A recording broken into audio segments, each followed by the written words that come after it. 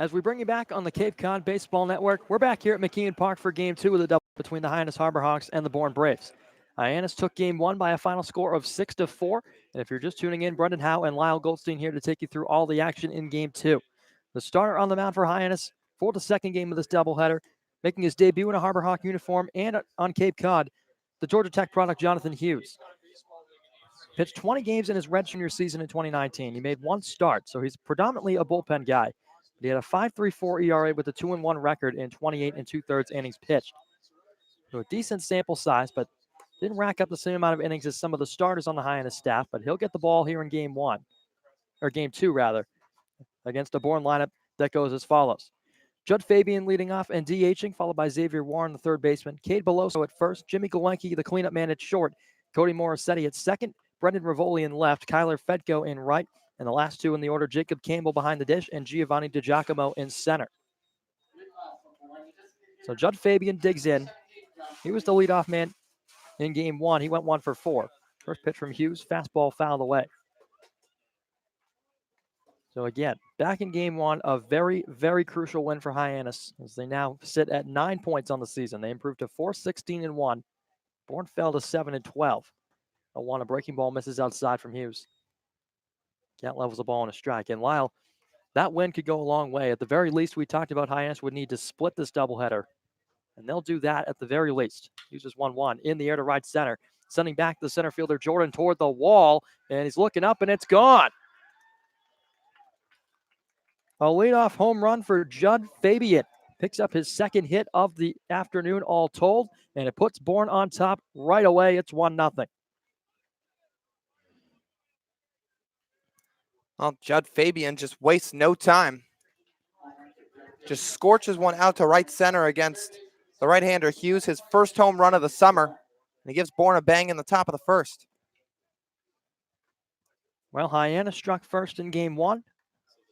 Bourne doing that here in Game 2. Leadoff home run from Judd Fabian, and in steps Xavier Warren as he swings at the first pitch and sends it foul down the left field line off the screening by the Harbor Hawk bullpen.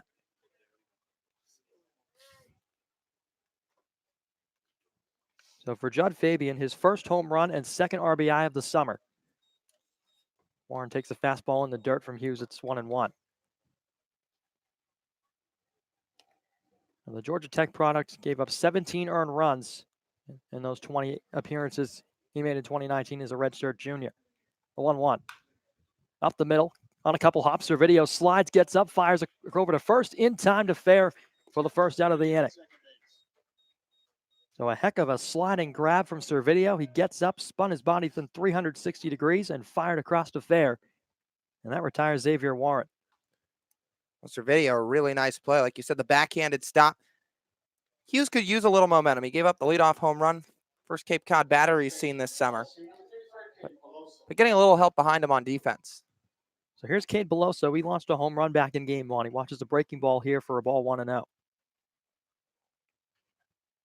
2 for 3 in Game 1 as a total for Beloso. Sends Hughes' 1-0 to Servideo again, diving under the glove and into center field. So Servideo unable to make a stop on that one. Jordan scoops it up and fires it back in, and Beloso's got a 1-out single. So the Bourne bats wasting no time picking up a lead here in the top of the first, and in steps Jimmy Glowenke.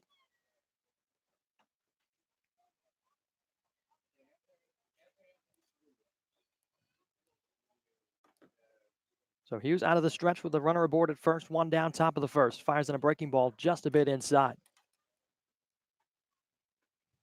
Umpires rotating for Game 2 of the doubleheader. Sam Finn now behind the plate. He was at first base for Game 1. Mike Finn at first and John DiGirolamo at third base. Hughes spins and fires to first. Back up standing is Beloso. Hughes stands at 6'3", 198. Right-handed arm hailing from Georgia Tech. There's 1-0 pitch to Beloso. Fastball downstairs. 2 balls and no strikes to Glowenke. He was able to work a walk in Game 1. In addition to that, an 0 for 2 performance.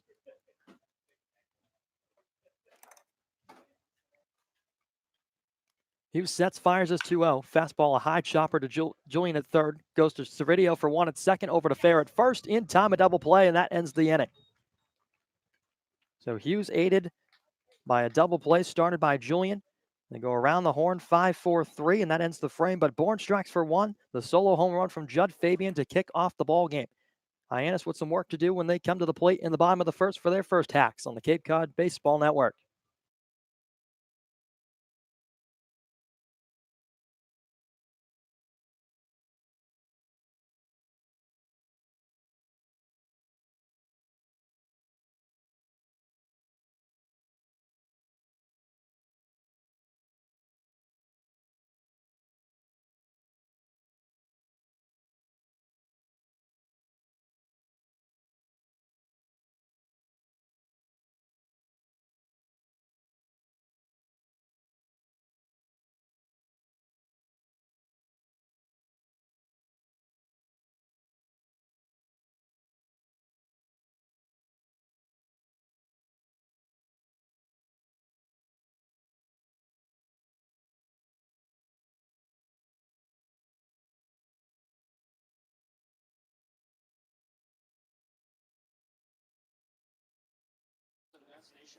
Back at McKeon Park for action in the bottom of the first. The Bourne Braves striking right away for a lead 1-0.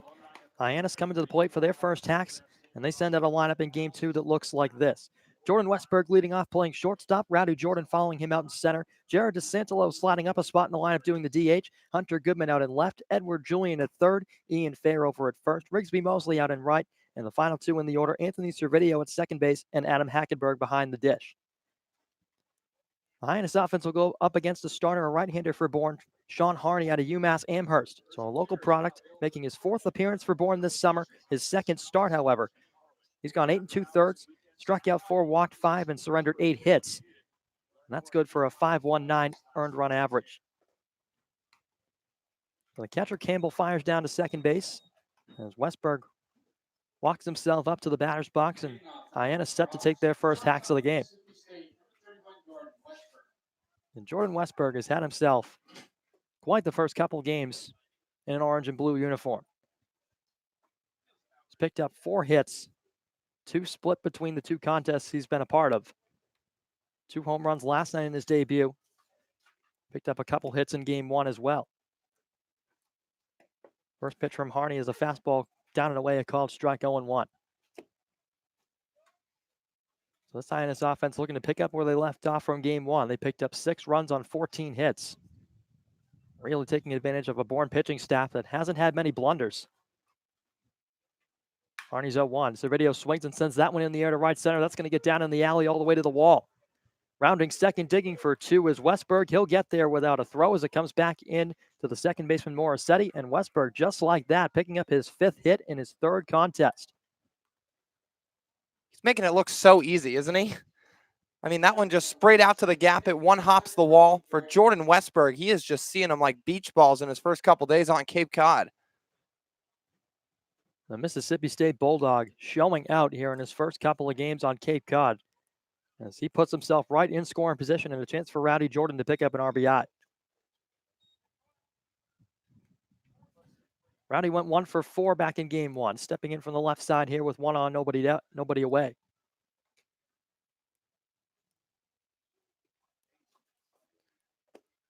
The right-hander Harney looked back to second, now fires home. It's a fastball inside. Well, you talked about Westberg making it look easy. He's just got such a smooth swing. Takes a great path to the ball, and he sent one into the alley. He's flashed some opposite field power a couple of times between last night and now this afternoon. Harney's 1-0. Fastball, Jordan goes after it and sends it up over the press box out of play. Harney tried to jam him high and tight. Jordan just getting a piece of it off the handle of the bat. The count pulls even at a ball and a strike.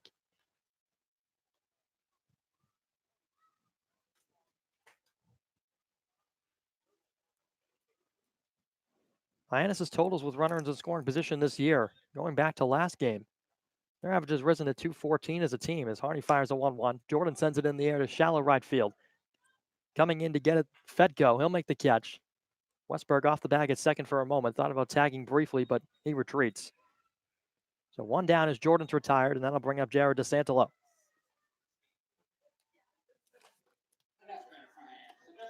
So Jordan not squaring that one up just how he'd like to. Got it off the end of the bat, sent a short fly into right. And now DeSantalo making his first plate appearance in game 2.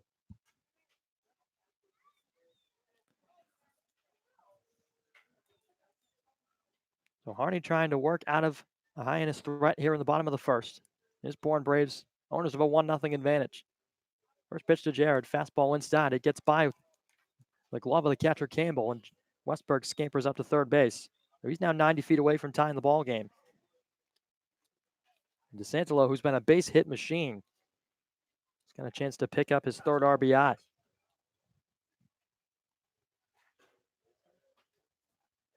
And Harney has worked himself into a bit of trouble in his past couple of outings. Went 3 innings on June the 29th at Falmouth. He took the loss in that game. Only gave up 1 run on 3 hits, walked 1 and struck out 1. But it was the outing before that in Chatham where the Anglers really got the best of him. Looks to third, now comes home with a 1-0 as DeSantalo swings and sends it on the ground toward the Bourne dugout foul.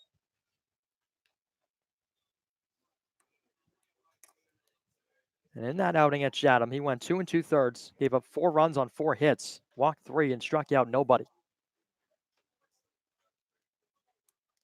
So the Anglers really getting the better of the UMass Amherst right-hander.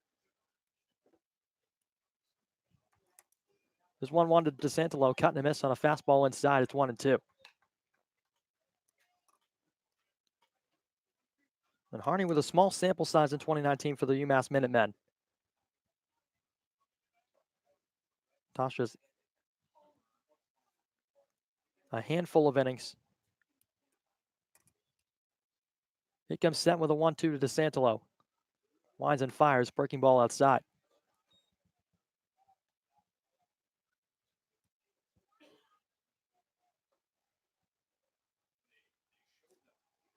Or rather, Harney's gone 8 2/3 here with the Bourne Braves this summer. So a small sample size for him on Cape Cod this year. Pitched 66 innings with the Minutemen. 2-2 to Jarrett. Cutting on a miss, strike 3. So DeSantalo goes down for the second out of the first inning. And that'll be up to Hunter Goodman to try and drive in that runner Westberg from third. You know, Jared, a guy who doesn't strike out a whole lot, but Harney just pumps a good fastball by him, ends up getting the better of DeSantalo here in the first. So here's the big Memphis Tiger, Hunter Goodman. And if you want to talk about RBIs, well, this is probably the guy to look at on this Hyannis roster. He's racked up 15 so far on the summer. Swings at the first pitch from Harney and sends it in the air to center. Lining it up to Giacomo. He'll range under it and make the grab, and that ends the inning. Hyannis sends 4 to the plate. Westberg started it with a double, but the Harborhawk bats unable to bring him in.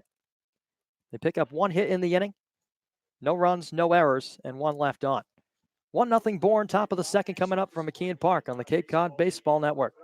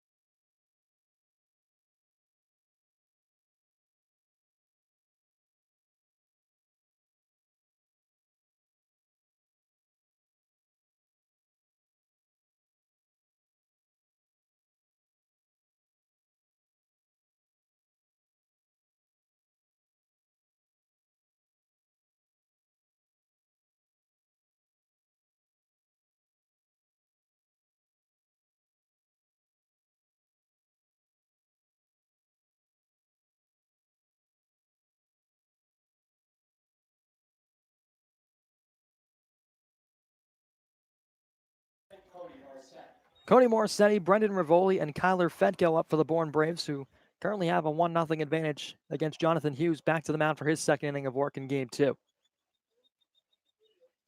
Some clouds rolling in here from McKeon Park as We roll on toward nightfall. 6 p.m. on the dot. Here on the elbow of Massachusetts and Cape Cod. First pitch from Hughes, a fastball low. Just down, it's 1-0. Morissetti in game one picked up a single with an RBI to go with it. Trying to carry that performance over here to game two as he sends one on the ground past the first base bag, just foul. Ian Fair gave it some effort as he ranged into foul ground, but didn't matter nonetheless. The bottom four in the Bourne lineup, with Brendan Rivoli standing on deck, batting out of the number 6 spot. The 1-1 is fouled away. Those four names in the lineup, all new entries for game two. Filling in for Nick Bruiser, Kyle Hess, and Jake McKenzie along with Jackson Greer. He was in line for his first strikeout. Here's the 1-2. Breaking ball just down, the count evens. Ground has thinned out a bit in the overlap from game one to game two. Still some fans scattered about the bleachers and over on the hill that resides past the Hyannis dugout. Hughes winds and fires a 2-2 pitch. Chopper foul straight back.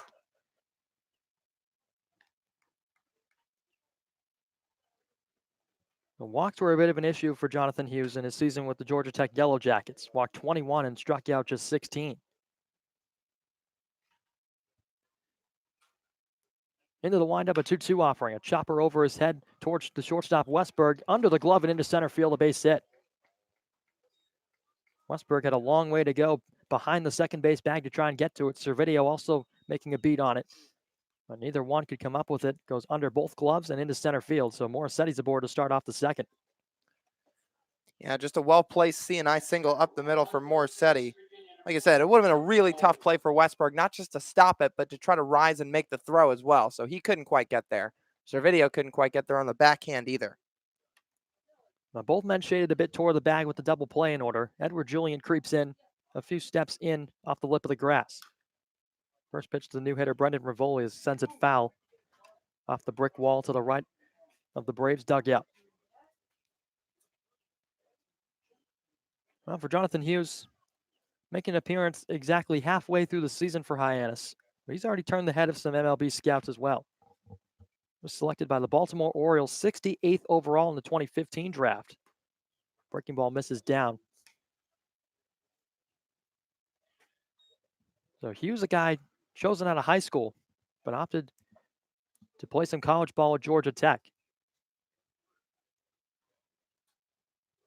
Was a true freshman in 2016 and redshirted his sophomore year as he misses with a breaking ball upstairs again. It's 2-1.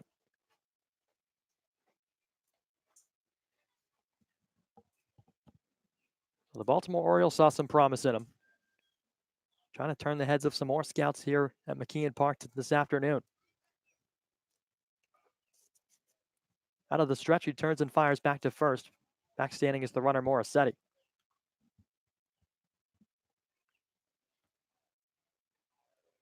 So he was brought on with these Harbor Hawks just about a week ago, making his first appearance here today. Morissetti, a short lead off of first. Hughes comes home with a 2-1. A number off of the inside leg of Rivoli as he tries to stretch it out as he walks toward the third baseline. There was a fastball inside from Hughes. Rivoli swung on top of it, sent it into the dirt, and back up off the leg. So the count 2-2 to the left fielder.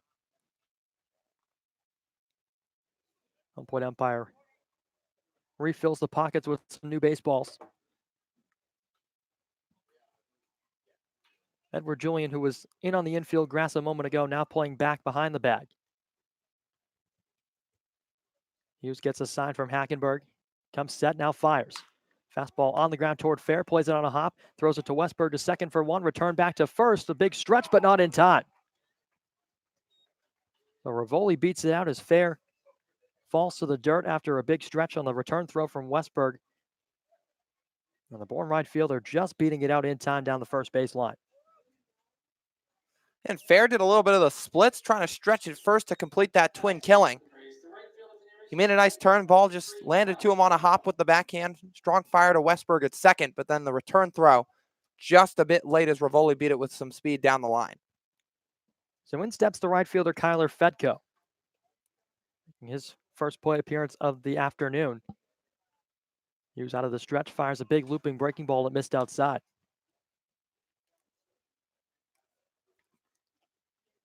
And for Fedko, enters today hitting just 143. So he's trying to change his luck at the plate a little bit with the runner aboard and one out. Next pitch from Hughes, fastball that runs wide, 2-0. If you go back a year with Hughes and the Yellow Jackets, he appeared in 13 games, made just one start. So again, predominantly a guy that comes out of the pen in relief. Came out of the bullpen 19 times in 2019 as he fires back to first. In with a head first slide is Rivoli.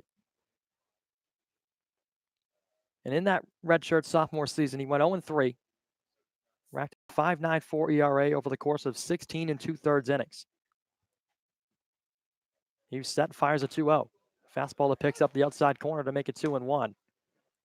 The right-hander trying to work himself back against Fedko.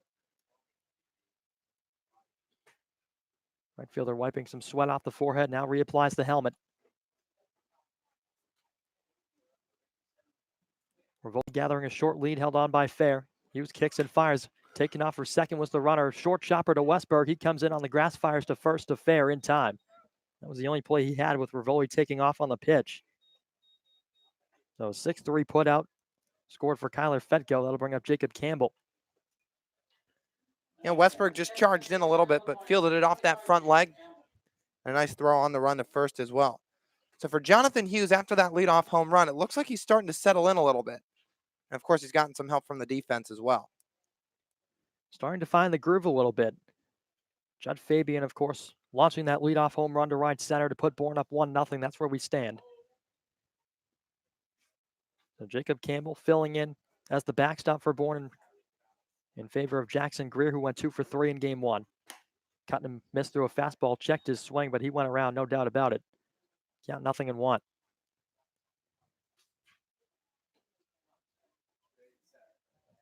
Bourne left 5 men in scoring position, or left on base rather, back in game one. They have a runner in scoring position now with 2 down.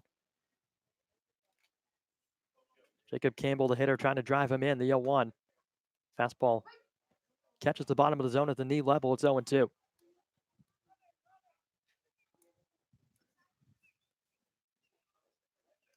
Skies have turned from a light blue to an overcast gray. We talked about a bit before. Perhaps some rain in the forecast for later on tonight, but this game only 7 innings because of the doubleheader. Here's a couple looks back to second, now fires an 0-2. Fastball that missed upstairs. 1 ball and 2 strikes to Campbell as he steps out and takes a couple practice hacks.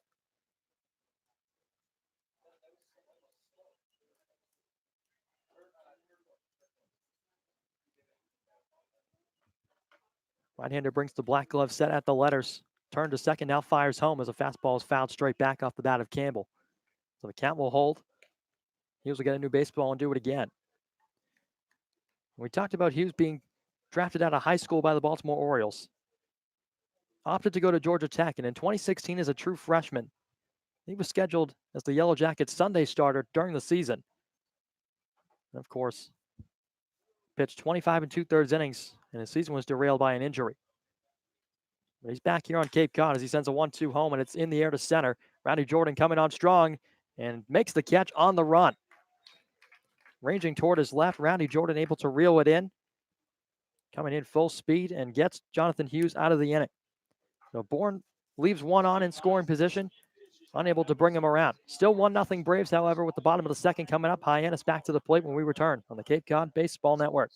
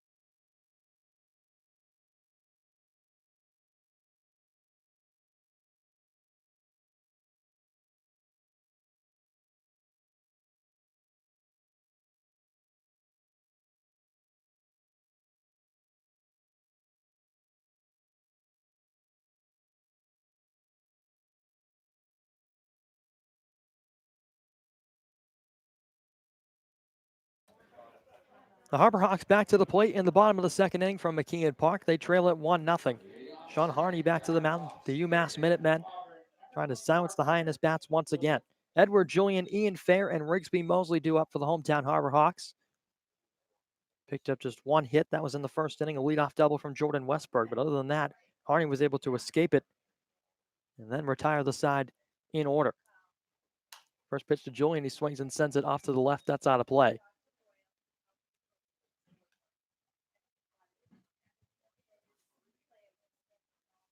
So Julian got the start in game one as well. And if you look back to that game, it was 1 for 4.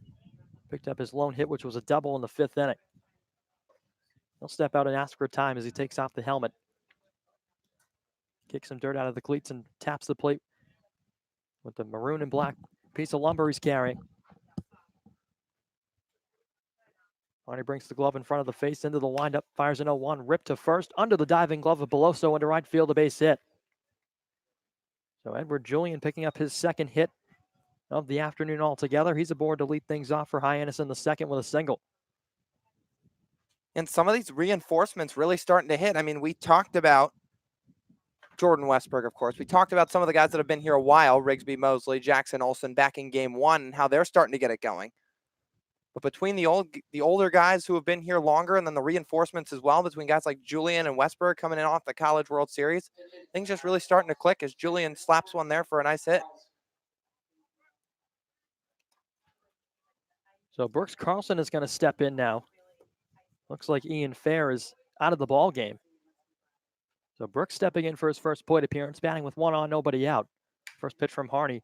Slow roller to third base, in to get it is Warren. He'll go to first with it as Julian advanced up to second base. So Carlson 0 for 1 in the pinch hit appearance. Score that one 5-3, and that'll bring up Rigsby Mosley for his first plate appearance of game 2. Yeah, interesting. Fair didn't even end up getting an at-bat, so Carlson comes in as the pinch hitter, but just slaps one and grounds one out to the left side there. So Carlson retreats back to the dugout representing out number 1, but a runner in scoring position for Hyannis now for Rigsby Mosley from the left side. First pitch from Harney, fastball that rests outside, 1-0. And we talk about the guys who were starting to hit in this lineup. Anthony Servideo, another one who waits on deck. And even some guys who aren't in the lineup today. Bryce Teodosio, who's been on the bench for all of the afternoon. He picked up a hit last night in a pinch hit appearance. Harney fires a 1-0. It's a fastball up high. A lot of guys in this Hyannis offense starting to have the bat come around in the 2019 summer, and that could bode well going forward. Already picked up 1 win, picking up 6 runs in that contest against Bourne earlier this afternoon. Mosley awaits a 2-0 pitch. Here it is. Fastball upstairs, 3 balls, no strikes.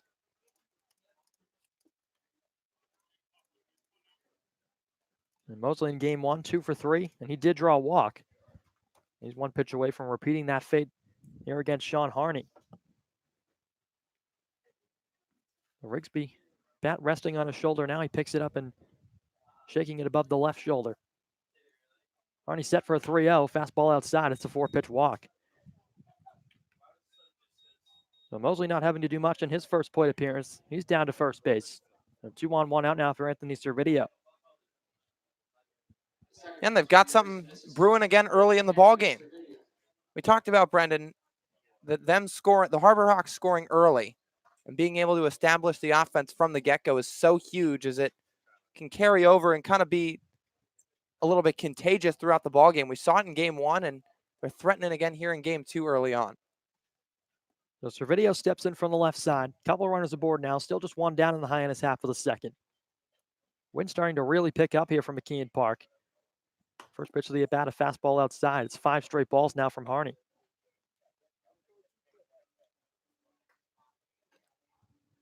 An American flag out in right center by the new scoreboard here from McKeon Park. Whipping in the wind as it's starting to pick up and conditions starting to become a bit more intense. Harney out of the stretch, a long stare down to his catcher Campbell for a sign. Now he comes set. Servideo awaits the 1-0. Here's the pitch. Breaking ball, that's right down the middle for a strike to even the count. Adam Hackenberg awaiting his first plate appearance of the afternoon. He's got the leg guards on, swinging the bat in the on-deck area. Harney looked back toward the runner at second. Edward Julian fires home a breaking ball in the dirt, 2-1.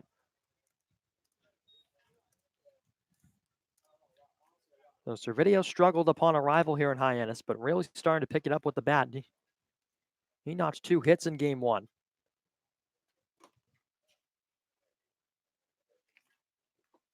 Also struck out as part of a 2-for-3 performance. Here comes the 2-1 from the right-hander. A fastball that runs away again. 3 balls and 1 strike now to Servideo. And Harney in danger of surrendering his second walk of his outing.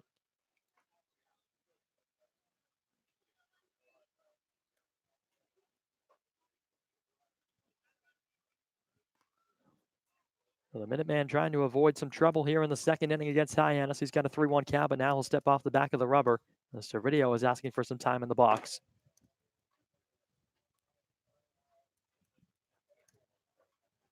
Wind still howling here from McKeon Park as the right-hander comes set. Wind blowing through his jersey, comes home with a 3-1. Servideo pops it into left field.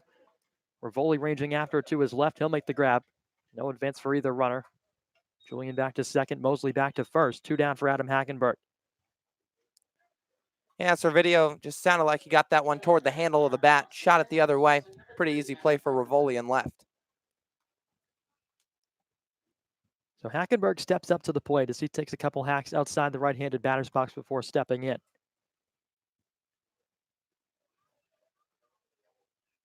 And for Adam, a .250 hitter coming into action today. Catcher out of Clemson, college teammates with Bryce Teodosio, who currently rests on the bench. First pitch, a fastball in for a strike. Bryce made a pinch hit appearance last night in the ballgame in the 16-4 loss against Katuitt. He went 1 for 2. Remains to be seen if we'll see Bryce in as a defensive replacement or for a pinch hit appearance today. We'll see if Chad Gassman opts to go with him. But right now it's Hackenberg. He's got an 0-1 count against Harney. 2 runners aboard for Hyannis. Now Harney will step off the back of the rubber as he calls time. Hyannis has been known for straining some base runners over the course of the past couple of contests. They've got 2 on right now with 2 down.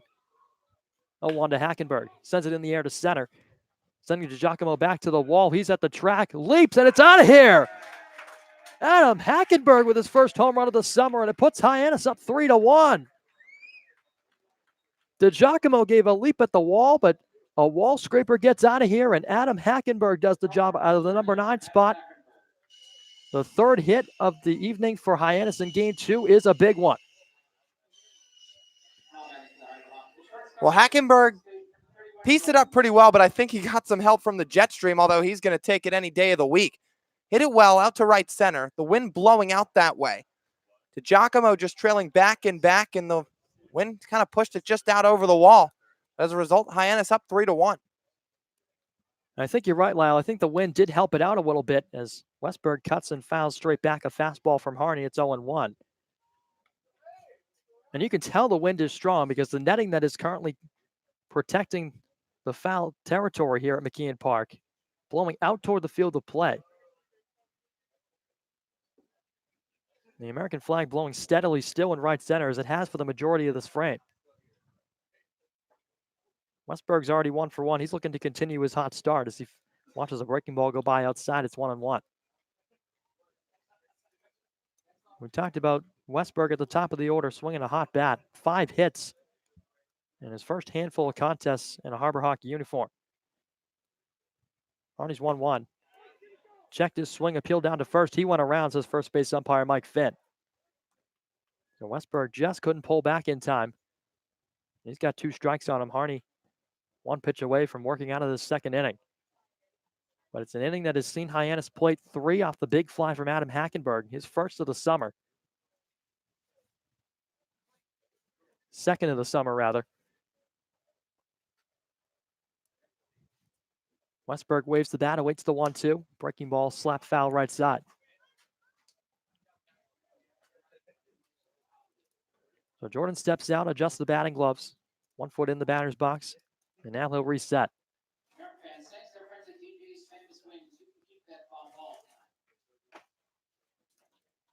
These Hyannis bats again, scoring the runs in bunches.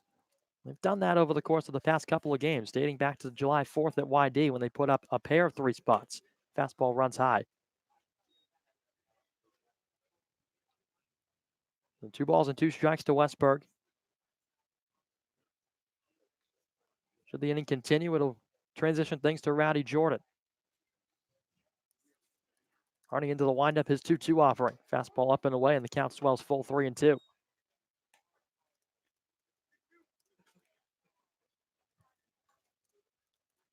And for Westberg to arrive here in Hyannis, probably couldn't have come at a better time. The Hyannis Ball Club had been reeling, but trying to take down the Bourne Braves in a pair in this doubleheader at McKeon. 3-2 runs outside, and Westberg's going to draw himself a 2-out walk. So Westberg heads down to first, and Rowdy Jordan will step in with 2 outs. His second plate appearance in as many frames. And Westberg is just scorching hot to start the time. He's gotten out 3 times and he's in his 3rd game. He had the 2 home run the first night. Game 1 today, he records 2 hits to go along with a walk, going 2 for 3. And now today, here he is 1 for 1 with a walk as well. I mean, he's making it look like a walk in the park. And literally a walk in the park as he's aboard at first base with a walk and 2 down. A meeting on the mound for Harney to have a quick conversation with his pitching coach as well as Campbell, the backstop. And Jordan patiently awaiting outside the left-handed batter's box before he steps in for his second plate appearance with 2 down. 3-1 Hyannis here in the bottom of the second. Adam Hackenberg launched his second of the season over the wall in center.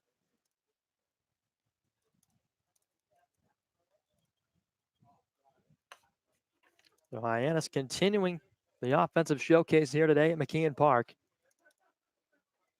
Harney out of the stretch. First pitch to Jordan. Fastball on the ground towards short. On a hop from Gluenke. He'll gather and fire to first in time, and that retires the side. But Hyannis plates 3. A long ball from Adam Hackenberg has Hyannis up 3-1. Bourne coming to the plate in the 3rd when we return on the Cape Cod Baseball Network.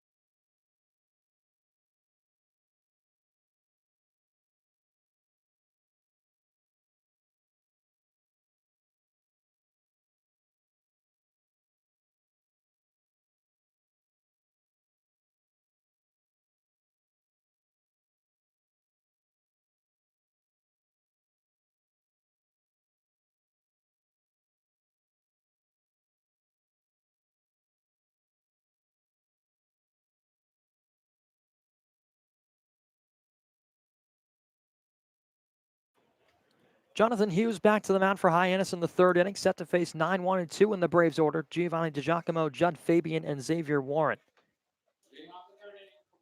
Well, Hughes has got a little bit of padding as he currently sits atop a 3-1 lead, courtesy of his battery mate Adam Hackenberg.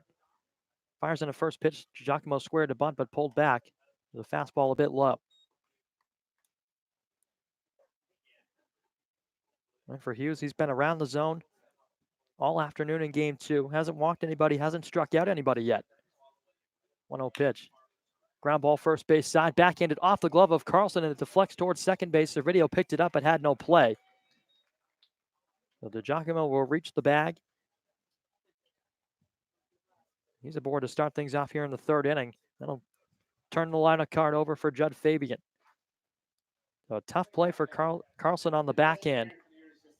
Went down to a knee to try and corral it. Got off the heel of the glove towards Servideo at second.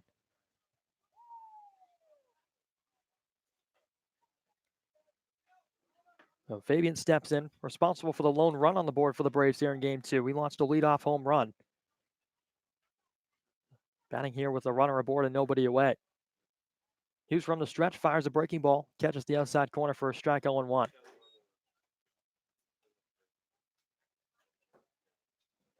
Hughes again, his debut in an orange and blue uniform.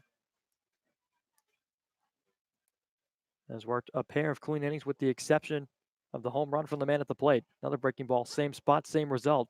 0-2 to the leadoff man, Fabian. So Hyannis eyeing to sweep this doubleheader on this Saturday evening. Trying to improve to 5-16-1 as Hughes looks back to first. In safely is DiGiacomo with the bag. And if Hyannis were to pull out a victory here in game 2 and take this doubleheader at McKeon, it would elevate to 11 points on the season and put themselves within striking distance in the cellar of the Western Division. 0-2 home was a breaking ball that missed outside. Appeal down to first, no go, says Mike Finn. But Fabian able to pull up in time. Here's some new life. He'll see another pitch on 1 and 2.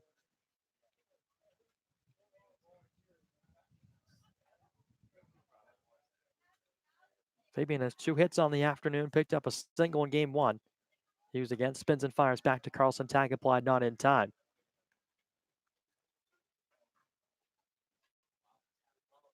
Fabian trying to jumpstart the Braves offense, who suddenly find themselves trailing by 2. It's an offense that struggled for most of the season as Hughes comes home. Breaking ball outside, count evens. It's a team that has not scored a lot of runs. And today, McKeon, they put up 5 total between the 2 games thus far. 10th in runs, 10th in hits, and 10th in RBIs to be exact for this Braves offense. So a team that has not swung the bats all too well. Runner takes off with the pitch, 2-2 in the air to right field. That's going to get down in the alley past Mosley to the wall. Going first to third to Giacomo. He's going to put the brakes on there as he rounds third. Cruising into second base with a double, Judd Fabian. So it's 2 in scoring position and nobody down, and the Braves have something cooking. Fabian just took a fastball from Hughes on the other part of the plate, opposite field. Got down past Mosley to the wall, and all of a sudden the Braves storming back here in the third. And Xavier Warren strides to the box. And to this point, Bourne has out-hit Hyannis 4-3. Bourne picked up 7 hits back in game 1, so a team that, again, hasn't put the bat to the baseball a lot this season. Trying to find the stride here in the third inning. Xavier Warren steps in 0-1. Hughes set, fires the first pitch. It's a breaking ball outside. Now Warren was 0-4. He was one of 3 bats in the Braves lineup not to reach base in game 1. Trying to change his fortunes here, 0-5 to this point. Hughes gets a sign from Hackenberg. He's set. No look to the runner back at second. Inside breaking ball. It's 1-0.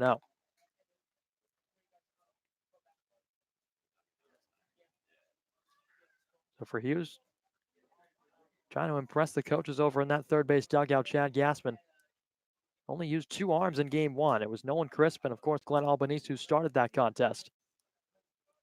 See how long he opts to use Hughes here in game 2. Fires a 1-0 breaking ball, catches the bottom of the zone for a strike.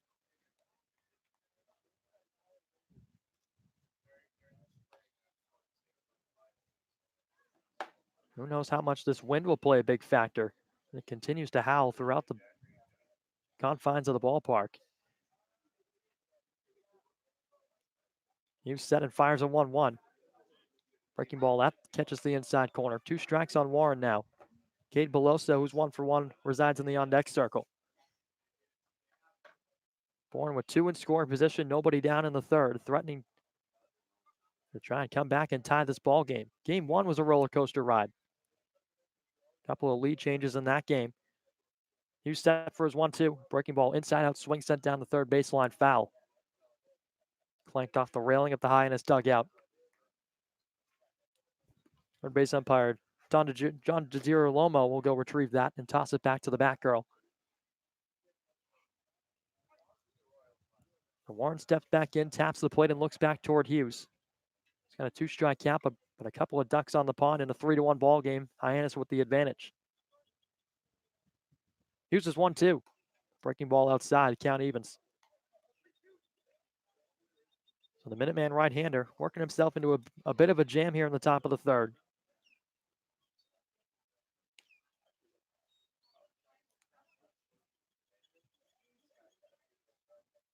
Lights have been turned on here at McKeon Park with the overcast skies rolling in. Payoff pitch to Warren.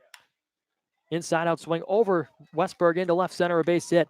One runs in to score. That's DeGiacomo. Fabian being waved around right behind him. Throw comes back into the infield, but no throw to the plate. It's a 2 RBI single to knot the ball game at 3 apiece from Xavier Warren.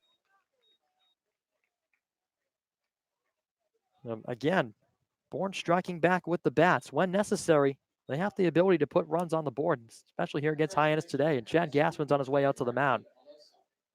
He's walking with a purpose. There is some action down in the Hyannis bullpen. It's Connor Ash.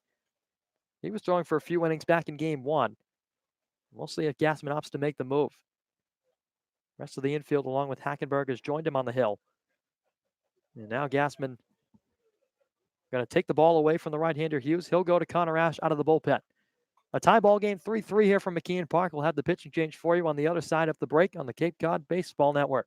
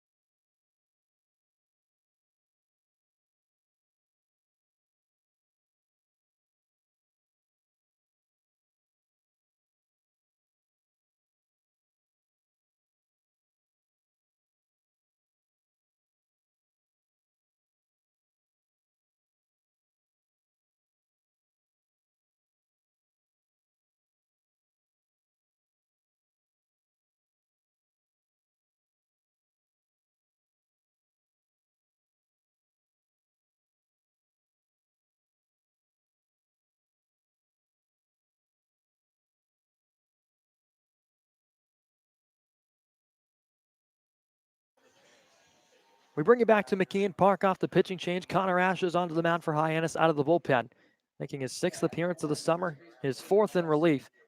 He's tossed 14 innings for Chad Gassman's squad, struck out 23 over the course of the last 5 appearances, walked 11, and surrendered 12 hits in the process. A 5.78 ERA for the Missouri right-hander. Cade Beloso will be the man to greet him with a runner aboard and nobody out before the first pitch fires over to first. Back in with a head-first dive is Warren. Ash has picked a man off this year over at first base. He's got a very deceptively quick move over to the bag. Xavier Warren, the runner over there. Ash set first pitch, a breaking ball, in for a strike at the belt. Count 0-1 to Beloso. He's 1 for 1. He laced a single in the first inning. Well, Ash has definitely got the swing and miss stuff in his arsenal. 6th in the entire Cape Cod League in strikeouts with 23. Fires in an 0-1. He bounces it up to the plate, knocked down by Hackenberg. Xavier Warren retreats back to the bag at first.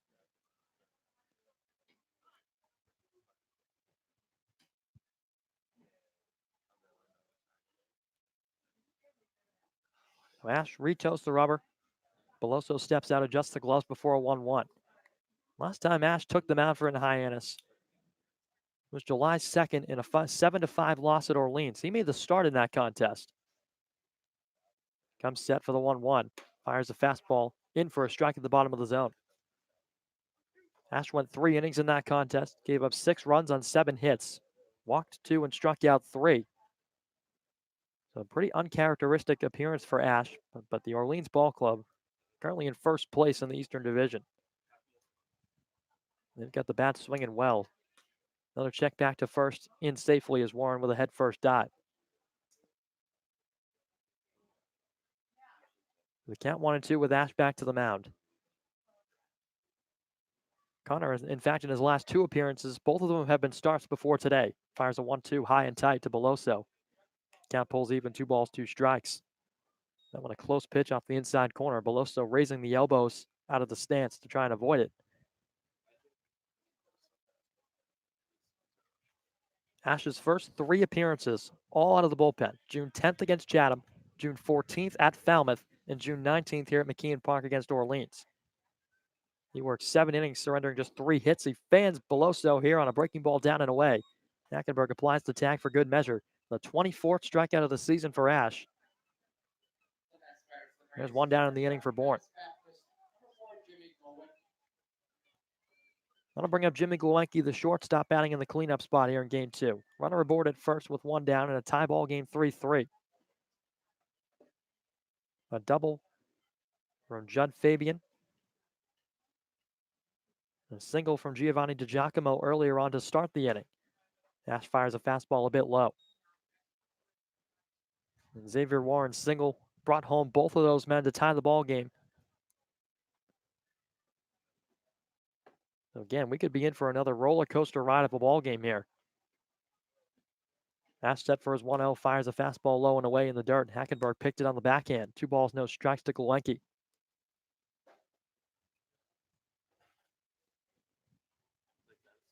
Ash, in each of his appearances this season, has racked up 3 or more strikeouts.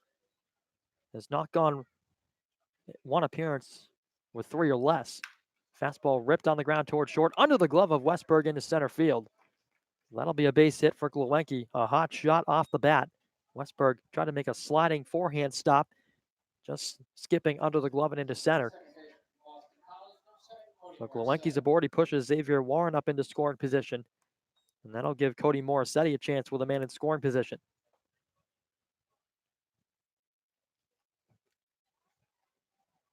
We talked about the offensive struggles for Bourne. They're hitting .217 with runners in scoring position this season as a ball club. They've got 1 here in Xavier Warren with just 1 out. Morissetti goes first pitch swinging and pops it up down the left field line. Julian racing after it. Westberg comes over to make the play, hugging the line, and he reaches up over the shoulder to make the grab. So 2 down as Morissetti is put away in foul ground. Westberg had to come a long way. Looked like Edward Julian would have had the better angle at it. But Westberg hustling over and calling everyone off to make the grab. So 2 down for Brendan Rivoli.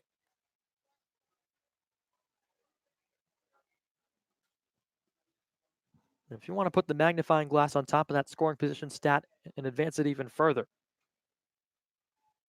with runners in scoring position and 2 outs for the Braves this season, hitting right at the Mendoza line at 200. First pitch from Ash is a fastball in the dirt, 1-0.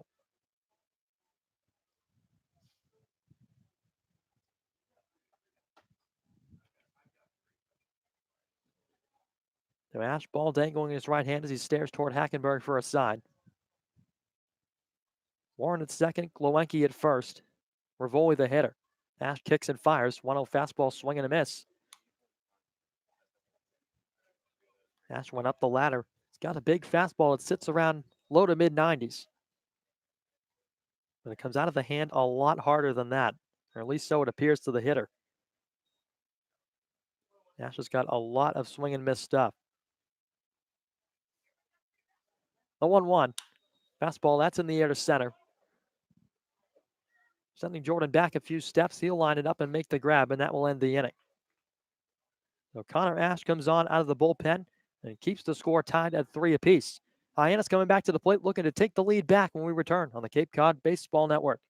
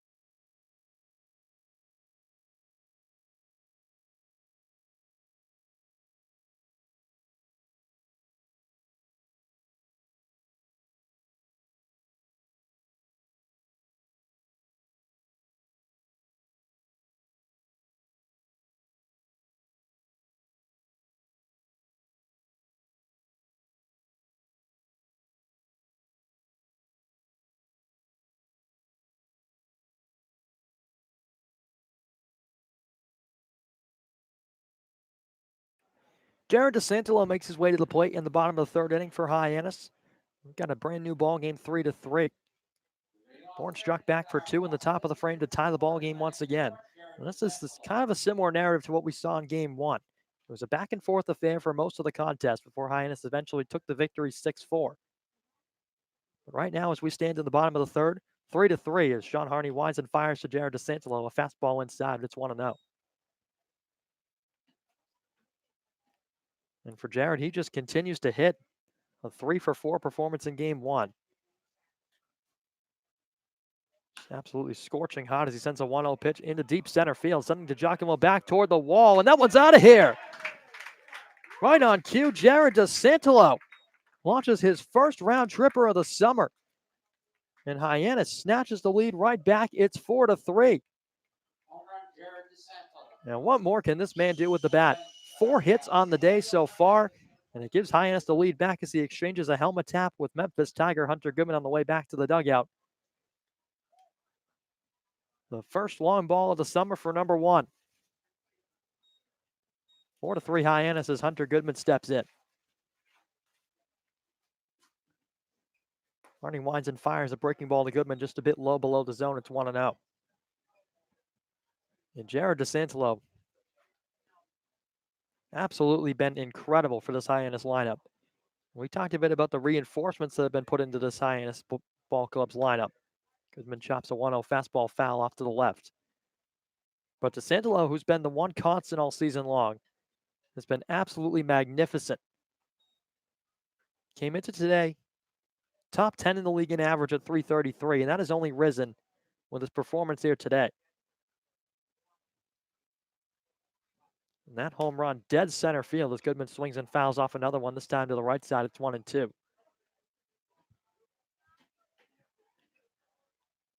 Now, DiGiacomo got a good read off the bat, but DeSantalo put enough charge into one to get it out of here. It's 394 to dead center here at McKeon Park.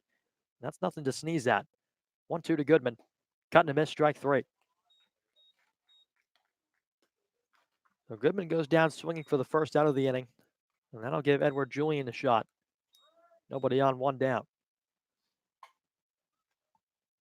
Bourne has put up 3 runs on 7 hits. Hyannis 4 runs on 4 hits to this point. But it's Jared DeSantalo, the man responsible for giving Hyannis the advantage back.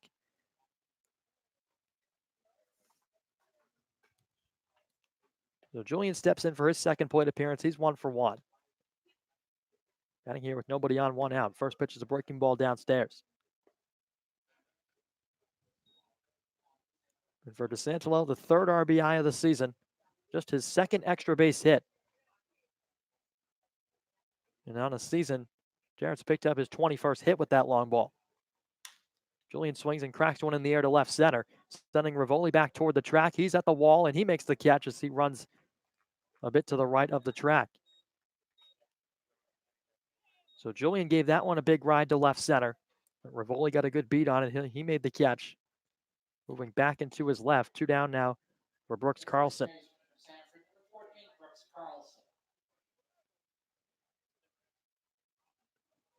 Brooks comes into action today at 161. He filled in for Ian Fair. That was back in the second inning. Even Ian Fair didn't even get in a bat in this ball game. So Brooks digs in. He's 0 for 1. Chopped one to third his first time up. Watches a fastball low and away. A called strike. Brooks has 1 home run on the season. That came back at 2 at an opposite field shot. Arnie winds and delivers an 0-1. That one a bit low. Just by the shoe tops of Carlson, he takes it 1-1.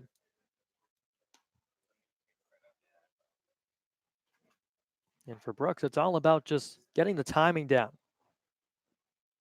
He's been hitting balls all over the ballpark, but unfortunately just right at the gloves of the fielders as he watches another fastball low. It's 2-1. And it's coming for Brooks. It definitely is. And here's a guy who hit over 340 at Sanford this season, 350 to be exact. Arnie fires a 2-1, a breaking ball a bit low. Actually, Carlson just a tick under 360. 359 in his season at Sanford. He's a guy for the Sanford Bulldogs ball club. Was really spraying it in ball games as the 3-1 is chopped foul. The count fills up to the Sanford first baseman. Rigsby Mosley awaits on deck. Nobody on 2 down. Hyannis half of the third. They've taken the lead back on a home run from Jared Santalo. It's 4-3 from McKeon. Wind still continuing to blow out towards center.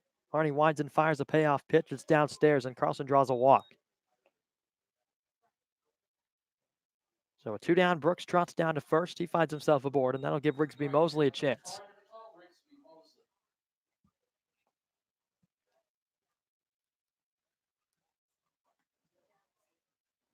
Rigsby, another bat that's been coming around.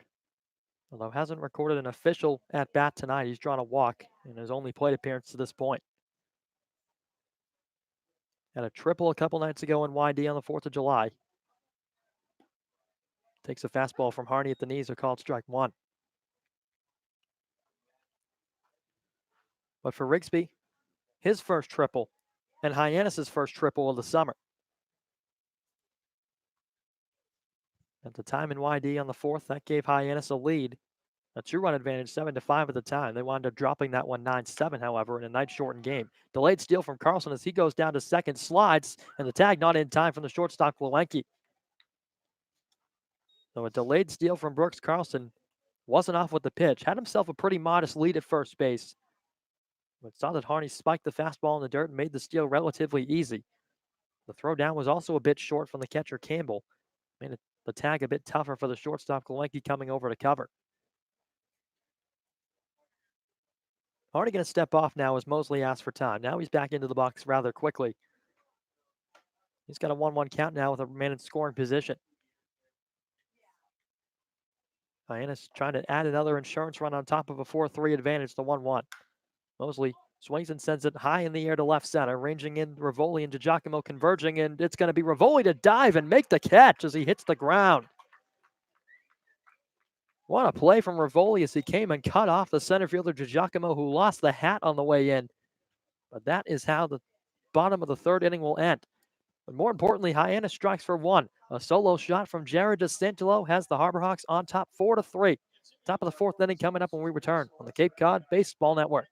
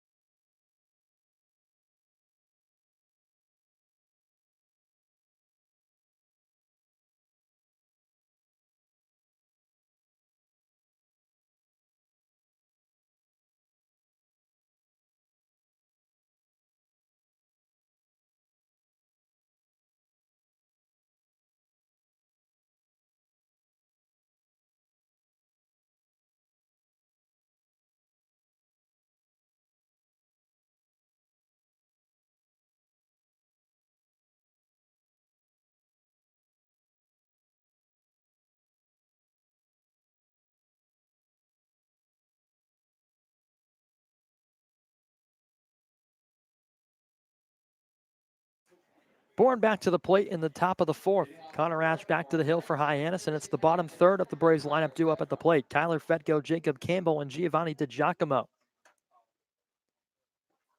And for Hyannis, they've snatched the lead back. They put up 3 in the second, 1 in the third. And we currently stand at a 4-3 Hyannis lead as Fetko swings and fouls away a first pitch fastball. And the man responsible for that, the man who's been pretty much on fire from the get-go this season, Jared Santalo, launched his first home run of the summer to dead center field. Gives Hyannis a one-run edge again. Ash fires in a fastball sent in the air to right center field. Mosley ranging back toward the wall. He looks up and it's off the wall. Fetko rounding first. He's taking second. The throw from Mosley cut off from Servideo, and sliding in with the leadoff double was Kyler Fetko, his first hit of the afternoon. Yeah, and that wind was really playing a factor. I mean, Fetko didn't look like he got much of that one, but it kept carrying and carrying, took Mosley back, and it hits off the top of the fence. And you see, if you look at the wind, it's blowing straight out in right center. So the jet stream, pretty prevalent out in the gap in right center field here at McKeon. And we've seen a lot of balls hit in that direction tonight. Of course, Adam Hackenberg with a 3-run shot earlier in the game, and Jared DeSangelo's home run to dead center, I'm sure, helped out by the wind a little bit. And that double from Fetko, clanging off the Curry College sign out there in right center. Ash winds and fires to the new hitter, Jacob Campbell. It's under the legs of Hackenberg to the backstop, and scampering to third, Kyler Fetko. So just like that, Bourne has the tying run 90 feet away. Well, this one's been pretty back and forth so far, and right after Hyannis takes the lead back in the third. Threatening again is the Bourne Braves with Kyler Fetko. The location has been a bit of an issue with Ash over the course of his past couple appearances. Walked 4 June the 26th at Falmouth, and 2 in his most recent appearance at Orleans. He's been around the zone pretty much all season. Of course, racking up to 24 strikeouts to this point. Fires a 1-0. Fastball just past his glove and into center field. A base hit. That's going to tie the ball game. Jacob Campbell drives in the tying run. Kyler Fetko scoring from third base, and just like that, it's 4-4 again. Well, really back and forth, and second hit in a row and second of the inning for the Bourne Braves. That one just right back up the middle. Ash couldn't quite glove it in time. So 2 batters and a run already on the board. Pitching coach Ray Cornish made his way out from the dugout to the mound. Adam Hackenberg's already there, but Corn out to have a quick talk with his right-hander from Missouri. And again, from what we saw in the first 3 appearances from Ash, who just had swing and miss stuff like nobody else, he struggled a bit in his last couple appearances. This one is first out of the bullpen since making 2 starts. So the meeting concludes. One-point umpire Sam Finn with a word for Ray Corn on the way by. Hackenberg retreats back to his spot behind the dish as the new hitter Giovanni DiGiacomo will step in.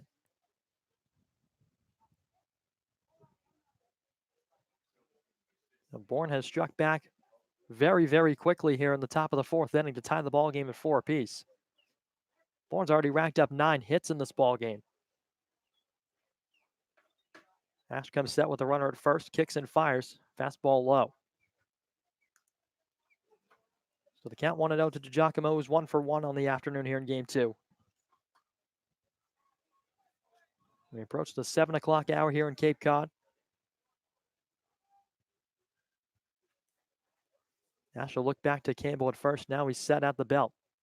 1-0 pitch, fastball high at the letters, 2 balls, no strikes. Edward Julian well in on the infield grass. Now he retreats back a couple steps. DiGiacomo digs back in. Bourne with 1 on, nobody out. Trying to rally against the right-hander from Missouri, Connor Ash. 2-0 fastball, big cut and a miss. Ash put one at the bottom of the zone. DiGiacomo went after it, came up empty. 2 balls and a strike.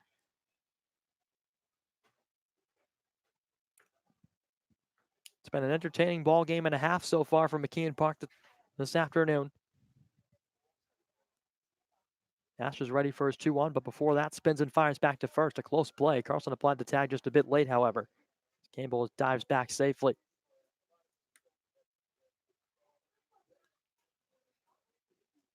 And for Connor, we mentioned the 24 strikeouts. We know that comes at a high rate. But opponents have squared up the ball better than you might think with a guy with as much swing and miss stuff as Ash has, as he misses upstairs again with a fastball. And it's 3-1 to DiGiacomo. Connor gave up 12 hits coming to this outing tonight. Bourne already racking up 2 more to lead off this 4th inning. Ash ready, fires a 3-1. Cut and a miss, count fills. So 1 on, nobody out. DiGiacomo, the number 9 man here in game 2 for this Bourne Braves ball club. Judd Fabian, who's also 2 for 2. He has a home run on the evening. He resides on deck. Ash in much need of a punch out here. The payoff pitch. Fastball swing and a miss, and he gets it. Fans DiGiacomo through an upstairs heater. And that'll turn the lineup over to Judd Fabian with 1 on and 1 down. And Connor Ash, there's his second strikeout of the day. And we've already talked about it, Brendan. For Ash, of course, the punch-out's used to his advantage. So to get him going right there could be huge, because once he gets into a groove, he starts to rack up some strikeouts in bunches. So maybe this is just the start of something. And with that last one to DiGiacomo, the 25th strikeout of the season for Connor Ash. He's been dynamite for Hyannis on the mound, strikeout-wise, as he misses with a breaking ball high.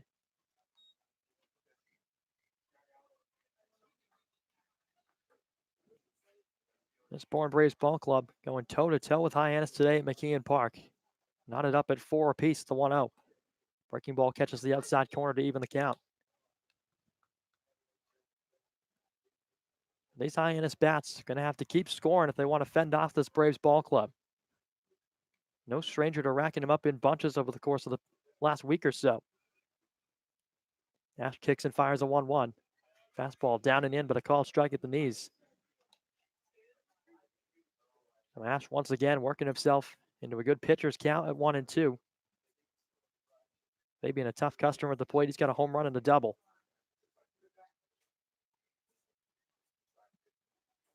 A look toward Campbell at first. Now Ash comes set. Kicks and fires. Breaking ball way outside. Hackenberg picked it on the backhand to save it from getting to the backstop. And the count levels 2-2. It's a southpaw loosening up down the left field line for Hyannis. No action across the field for Bourne.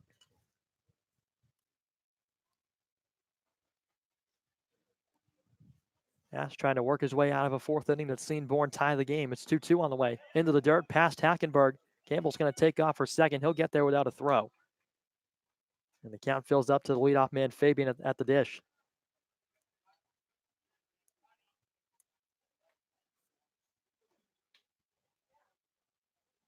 So Ash struggling a bit with the command here in this 4th inning. Worked himself into his second full count of the frame. A look towards second, now the payoff pitch. Fastball roped through into left field, a base hit. Going up to third, Jason Campbell, and aboard at first base with his 3rd hit of the night, Judd Fabian. He's 3/4 of the way to the cycle in just the 4th inning, and that'll bring up Xavier Warren.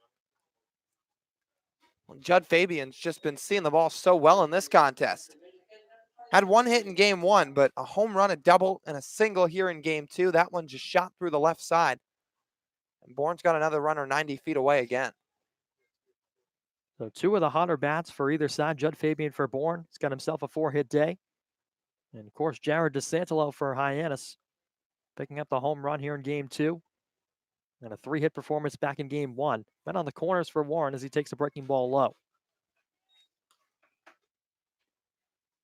So again, this Bourne lineup being relentless against these Hyannis pitchers, not going quietly. It's a team that struggled for the majority of the season, but here at McKeon Park, the bats have woken up just a bit. Ash fires a 1-0 to Warren. It's a breaking ball inside a called strike. So 1-1 to the Bourne third baseman, 1 for 2 in game 2. Did not pick up a hit back in game 1 in an 0 for 4 effort. Ash taking his time getting a sign from Hackenberg as he looks to first and now across the diamond at third. Fires home a 1-1. Fastball up the middle. Servideo under the glove into center field. A base hit, and Bourne's going to take the lead back. Jacob Campbell crosses the plate to score. Judd Fabian up to second base, and Xavier Warren with an RBI single to give Bourne a 5-4 lead. Well, for Warren, his second RBI single in as many at-bats. And he gives Bourne the lead back, like you said. This Bourne offense, again, a team that comes into today's play last in almost every offensive category. But 8 hits in game 1. They have 11 with 5 runs here in game 2. And now it's Cade Beloso. He had a long ball in game 1. So he, of course, a power threat in this Bourne lineup as he watches a breaking ball away. And that wind's still very prevalent here at McKeon Park, blowing out to right center. That's where Beloso's long ball back in game 1 went to. Ash has to be careful. 1-0 pitch, fastball out of the glove of Hackenberg, but a bit low. It's 2 balls, no strikes. So Fabian at second, Warren at first. As Lyle just mentioned, back-to-back RBI singles for Warren. It was Hyannis in game 1 who racked up the hits. Now it's been flipped to Bourne. 5 runs on 11 base knocks as that's in for a strike. A fastball from Ash to even the count.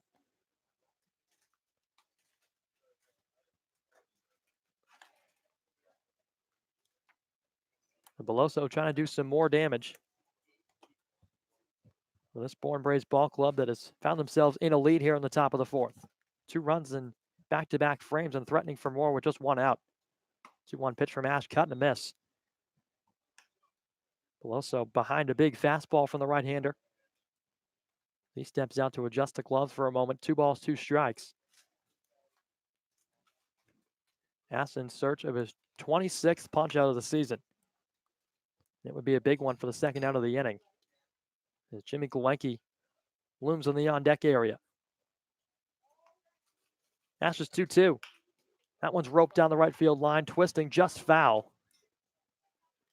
That one was falling fast down the right field line. Mosley would have had no chance to make a catch on it, but fortunate for Hyannis, falls just a couple of inches next to the chalk. So again, Lyle, there you see another inside pitch from Ash, and these Bourne hitters have been fending him off time and time again, picking up base hit after base hit. And Beloso just a couple of inches away from another one. So Ash will reset, 1 strike away from picking up the second out of the inning. Gets a sign from Hackenberg and brings the glove set at the belt. The 2-2. Breaking ball just a bit low. Count runs full again, the 3rd of the inning for Connor. Action starting to intensify down the left field line. Some loose stretching going on the Bourne side of things. Beloso awaiting a payoff pitch from the right-hander from Missouri. Ash kicks and fires. Fastball chopper down the right side as it rolls toward the Braves bullpen, foul. So another long at-bat being put up from one of these Bourne hitters. This time it's Beloso. Does have a base hit in game 2. Beloso was the first batter that Ash faced out of the bullpen an inning ago.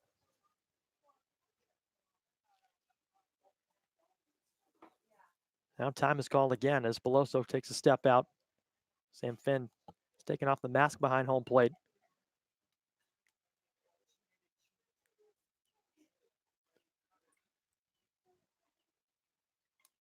Ash stares in at Hackenberg. The next 3-2. Fastball just low, and he lost him. Ash can't believe it. He gives a stare down to Sam Finn behind home plate. But that walk is going to fill the bases. The 12th walk of the season suffered by Connor Ash, and that is a costly one. As Jimmy Glewenke steps in with the bases filled and 1 down. Not quite sure where that one missed. I was going to say, if it missed low, it was not by much. Ash looked like he spotted that one up pretty well, but just didn't quite get the call. So Glewenke steps in a big spot in this ball game. He watches a breaking ball away, a called strike. But a chance right now for the Bourne shortstop to break this one open if he can find some outfield grass. The base hit could score 1 and potentially 2. Bourne's already struck for a pair in this inning. And just 1 out, even a sacrifice fly will do the trick for the shortstop as he watches the fastball low. The count evens at 1-1. So Golenke bounced into a 5-4-3 double play to end the first inning, and then followed that up with a single in the third. Trying to look for another one against Connor Ash, who's been forced to sweat a little bit by this Braves lineup.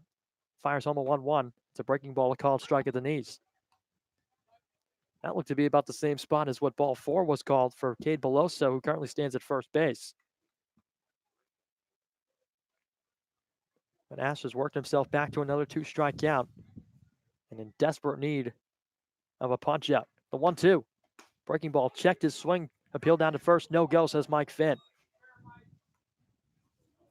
So a close check swing from Golenke, but pulling up just in time, according to Mike Finn, down the first baseline. The count evens 2-2. Ash being forced to throw a lot of pitches in this frame. Golenke awaits the 2-2. It's a fastball low and in, and another full count. Seems to become the trend for these Hyannis pitchers. Tyler Madison worked himself into a few full counts in Falmouth a couple nights ago. Now Connor Ash, 3-1 frame here in the fourth. Ash is ready to pay off pitch. That one roped into left field, a base hit. In to score from third is Judd Fabian. Xavier Warren's going to get the breaks as Hunter Goodman scooped it up quickly and fired it back into Westberg. But one run comes in to score, and Bourne extends the lead 6-4.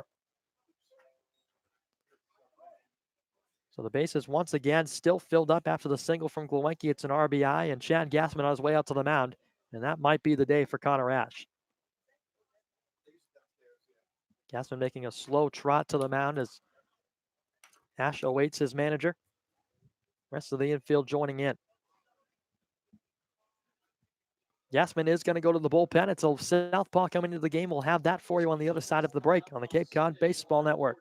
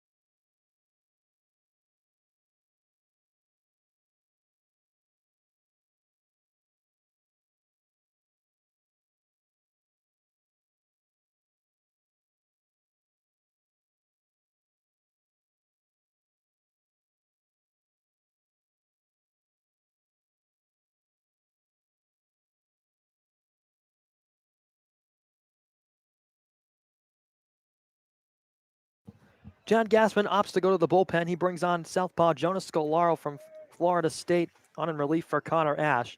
And Scolaro hoping for a bounce-back performance off the last time we saw him on the 4th of July at YD.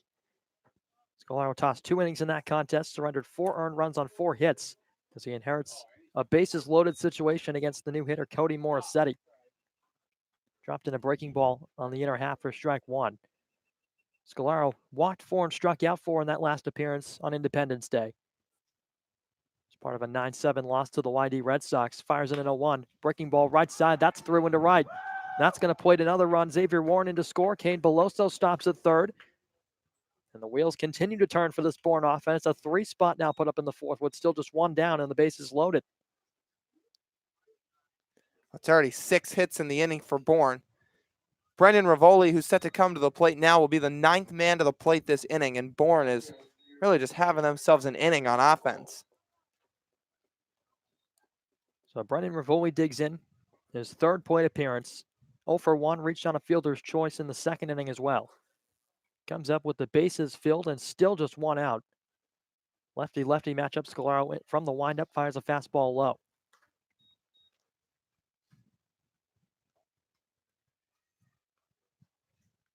So Scalaro has come on twice out of the pen for Chad Gassman so far since arriving in Hyannis. His first outing was at Orleans in a 7-5 loss. 1-0 breaking ball. That catches the bottom of the zone at the knees deep in the count.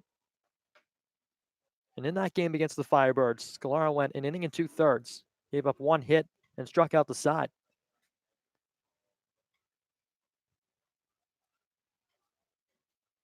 One wonder Rivoli, here it comes. Fastball low and away. Hackenberg out of the crouch to go get it. 2 balls and a strike. Beloso at third, Golowenki at second, and Morissetti at first. 4 runs plated by the Braves here in this 4th inning.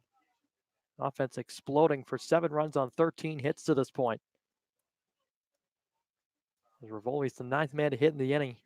2-1 on the ground left side, backhanded by Westberg. He goes to second for 1, on to first. Not in time. The Beloso crosses the plate to score to make it 8-4. The Hyannis gets 1 at second base. They gun down Morissetti there for the fielder's choice, and Rivoli reaches. That'll bring up Kyler Fetko for his second plate appearance of the inning.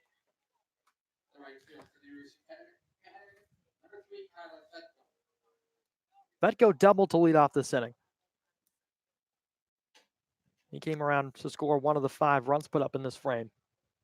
Batting here with men on the corners and 2 down against Scalaro. Second pitcher of the frame that he's seen. First pitch from the left-hander. Fastball fouled straight back into the screen. This has been a lengthy inning for this Bourne offense. And a long wait for Sean Harney, but I'm sure he is not complaining whatsoever. Bourne so far in the inning has gotten him a 4-run cushion to sit on. No action down in the Bourne bullpen.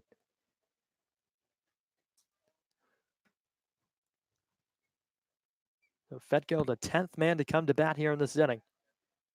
Scalaro trying to work out of the 4th inning. He's got a 0-1 count against the right-handed hitter. The pitch. Breaking ball catches the outside corner. It's 0-2. So Scalaro just 1 pitch away from getting Hyannis back to the plate.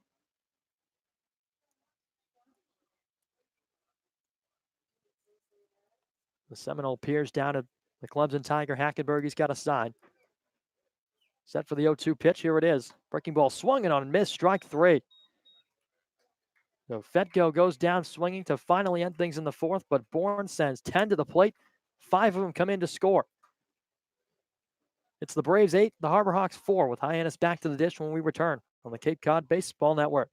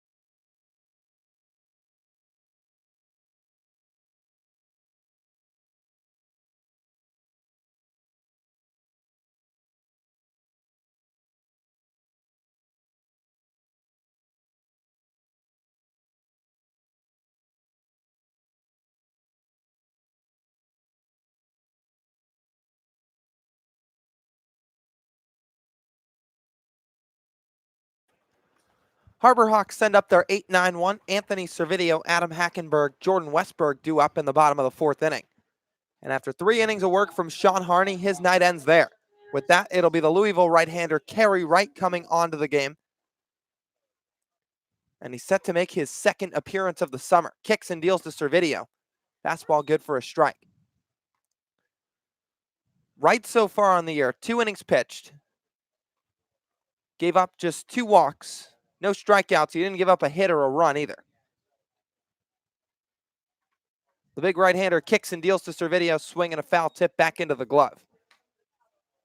So outside of those 2 free passes, Wright was really effective in that outing against Falmouth.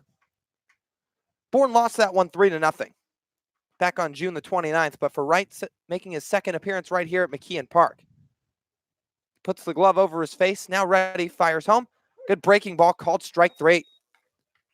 Wright just freezes Servideo right there, and there's the first out of the bottom of the 4th. So Adam Hackenberg now the hitter. Hyannis trailing 8-4 here in the ball game. Hyannis won game 1 6-4, but looking to really take advantage and try to pick up a sweep in this doubleheader. Pitch from Wright, down and away, it's 1-0. And Wright's a big kid, 6'4", 235 pounds. He was selected in the 21st round of the draft last year by the Rays, after being ranked the number 5 pitcher in all of Florida. Offering, Hackenberg taps one foul behind the plate.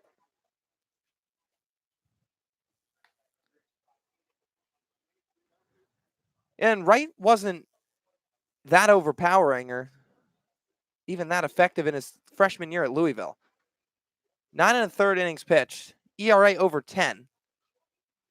He walked 13 and struck out 8.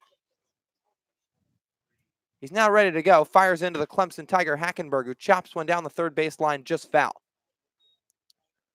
So Wright's looked really good so far here in Cape Cod, except it's been a fairly small sample size. But clearly he's got some real good stuff in his arsenal. Seen a strong fastball from him so far. He froze Servideo with that breaking ball.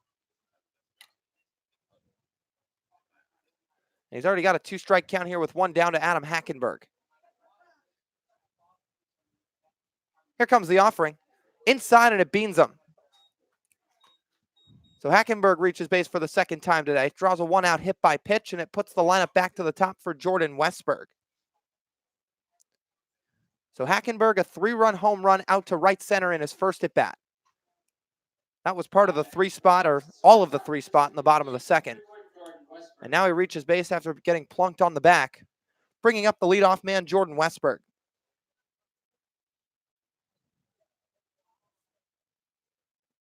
Right, stretch and fires, down low, ball 1. So far through 2 batters, we've seen pretty much exactly what's been the mold of Kerry Wright through his short time in college. Good stuff. Can strike out some bats, but has some command issues at times. 1-0 to Westberg.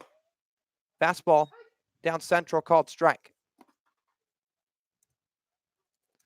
So Westberg today 1 for 1 with a walk. And he has been scorching hot since his debut last night. Pitch, down low and away, 2-1. 2 for 3 in the first game. A run scored, an RBI, as well as another single to go along with it. And he's doubled and walked today. 8-4 the score. Hackenberg getting a lead at first, held on by Beloso. Pitch to Westberg, down low, 3-1 the count.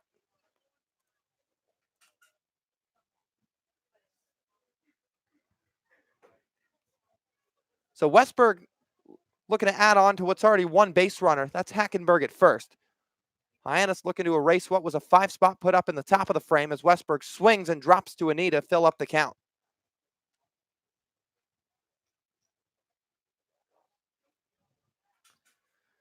So Jordan Westberg just finished his sophomore year at Mississippi State, of course. Hails from New Braunfels, Texas. Still a slight wind blowing out toward right center. The stretch and the 3-2 from right, swinging a foul, popped up out of play. So Westberg, the hitter from the right side. Switch hitting Rowdy Jordan, also of Mississippi State, waiting on deck.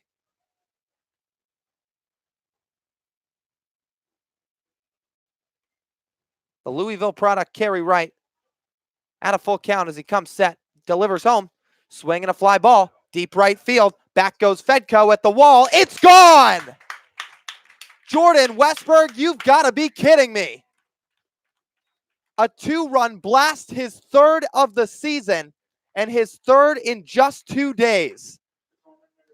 In the blink of an eye, it's 8-6 Bourne in the bottom of the 4th inning. I mean, this man is unbelievable.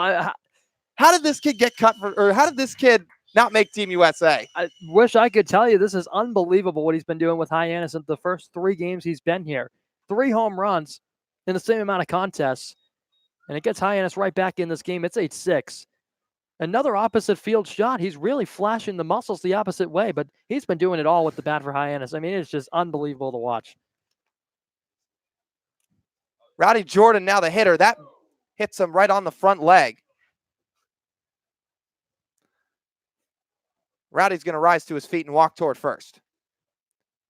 So after the home run given up to Westberg, Rowdy Jordan's going to get issued a hit-by pitch as he makes his due diligent walk toward first. Chad Gassman's going to call time and just walk over to make sure he's okay.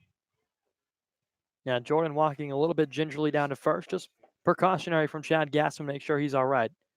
That one got him pretty good on the front leg.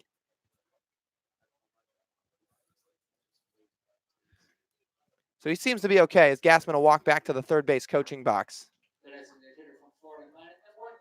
Let's go back to Westberg for a sec. I mean, when a player's on a tear like this, people like to call it video game numbers. This feels like a step above video game numbers. This feels like video game numbers put on level easy. I mean, this feels like he's just cruising through a season on rookie. I mean, he has just been absolutely incredible. Everything he pieces up. Pitch misses outside to Santalo. Seems like everything he makes contact with seems to be headed for the outfield, the gap, or over the fence. I mean, it's just it's unbelievable. I mean, again, he's gotten out 3 times. This is, of course, only his 3rd game, but he's still only made out 3 times so far since putting on a Harbor Hawk uniform. That fastball runs away to Santalo. I mean, you talk about reinforcements. If there's a step above that, then that's what Westberg has been in this Harbor Hawk lineup since he's arrived. He has been an absolute game changer. Santalo watches a 2-0 fastball up high. It's 3 balls, no strikes. And you know what, Brendan? 2-run deficit right now for Hyannis. This thing feels far from over, despite it just being a 7-inning contest. And for 2 teams who have been ranked toward the bottom of the league offensively to this point, feels like we're in for an absolute slugfest in game 2. Pitch in is a called strike to make it 3-1. And to be honest, we're already in one. It's 8-6 here in the bottom of the 4th. Now 14 runs on 18 combined hits. And we still have 3 innings to play. 3-1, misses up high. Santalo draws a 1-out walk. So Rowdy Jordan makes his way down to second. Santalo jogs over to first. And we've been talking about Jordan Westberg. He's proven to be a power bat in the Hyannis order. Here comes another power bat for the Harbor Hawks, Hunter Goodman. Goodman's 0 for 2 today. So for a kid who's recorded RBIs in 4 of his last 5 starts, feels a little bit due, and his time, the stage is set for him here. So meeting up on the mound, Bourne pitching coach opts to call time and have a word with the right-hander Kerry Wright, along with catcher Jacob Campbell. So to recap the inning, Servideo was frozen on a looking strikeout. Kerry Wright looked really, really good in that at-bat. He lost Adam Hackenberg to a hit-by pitch on the back. Jordan Westberg hits his 3rd home run of the season. Oh, by the way, his first game was last night. His 2nd to the opposite field. That's made it 8-6 here. And after that, Rowdy Jordan was hit by a pitch, and Jared Santalo was just walked. Now the pitch to Goodman. Low and away, ball 1. And think about this. Westberg's halfway to his home run total for all of 2019. Now the pitch to Goodman. Good breaking ball. That hits the outside part of the zone. It's 1-1. And Westberg had a phenomenal year. Again, on base over 400. Started in every single game. A vital part of that run to the College World Series, but only 6 home runs. Right now, he looks like he's on pace to hit, I don't know, 40 here on the Cape. The way he's going, you never know. So Goodman himself has 3. Pitch from right. Swing and a miss over the top of an off-speed offering. So Goodman, walking into the ballpark yesterday during batting practice, led the team in home runs. Here we sit just over 24 hours later, and he's tied with Jordan Westberg. 1-2. Down low, count levels.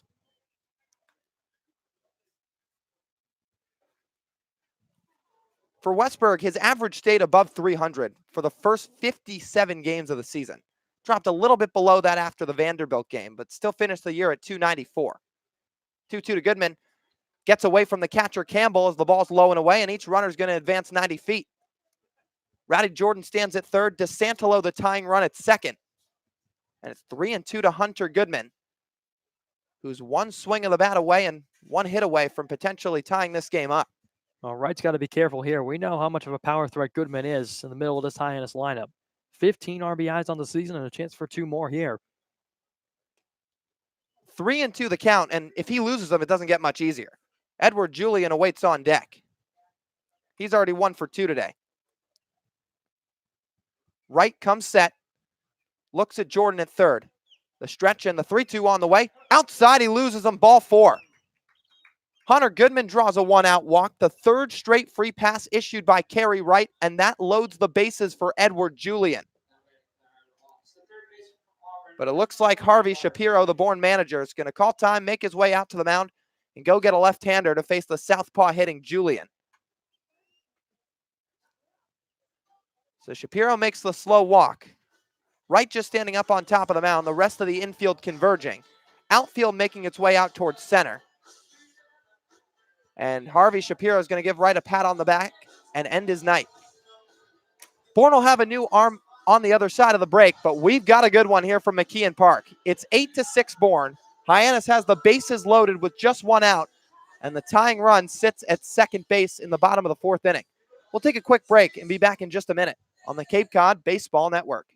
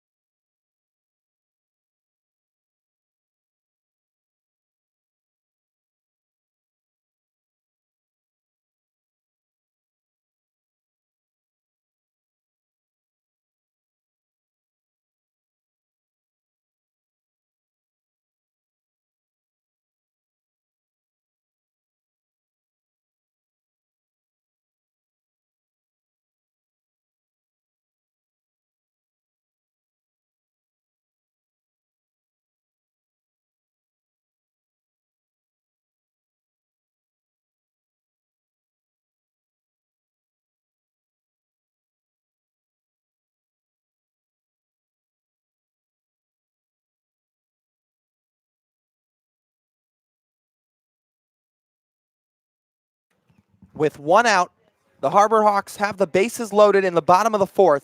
Bourne opts to bring in the left-hander J.P. Woodward out of Lafayette to face the left-handed hitting Edward Julian from Auburn. Rowdy Jordan stands at third, Santalo at second, Hunter Goodman at first. J.P. Woodward, the lefty, fires home to Julian. It's a fastball down. Woodward making his 5th appearance. He's thrown 5 2/3 innings to this point, a 6.35 ERA, 7 walks to 5 strikeouts. So another guy that's had some command issues at times this summer. 1-0. Julian takes a fastball right at the bottom of the zone for strike 1.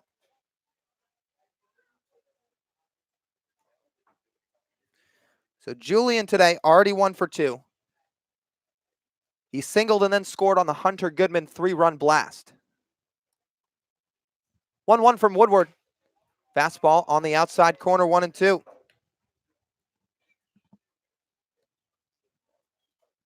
Now, Julian swung a really, really hot bat since he's arrived and playing in Hyannis. Average currently sits at 375. 6 for his first 17. Offering outside, and it's 2-2. Or 6 for his first 16, rather.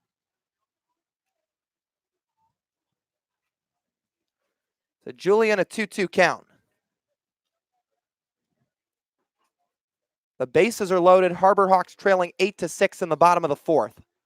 2-2 from Woodward. Outside, and the count runs full.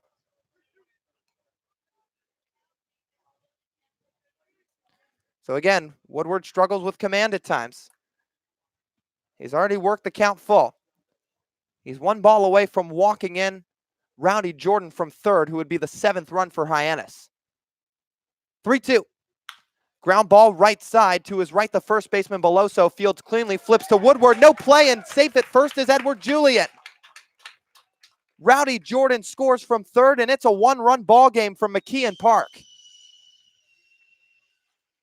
So Beloso moving to his right, fielded it out in front. A late break off the mound from J.P. Woodward couldn't beat Julian to the bag, and it's a 1-run ball game. Well, Julian couldn't have really placed that one much better. He kind of got it off the end of the bat and looked like he wanted to go opposite field with it, but pulled it to first base. Beloso had to move over a few steps, and Woodward got a late break off the mound trying to get over to first to cover the bag. Thought Beloso might have a play to the bag himself. He didn't. He was too far away, and the speed of Julian made the play impossible. Now brings up Brooks Carlson. He's got a chance to tie the ball game or even give Hyannis the lead. Pitch, ground ball left side, fielded by the third baseman Warren, goes home, and it gets by the catcher Campbell. A run scores. Here comes Goodman from third, and he's going to step on the plate. Julian moves down to third, Carlson up to second, and Hyannis has the lead back. Back and forth we go from McKeon Park. It's 9-8 Harbor Hawks in the bottom of the 4th.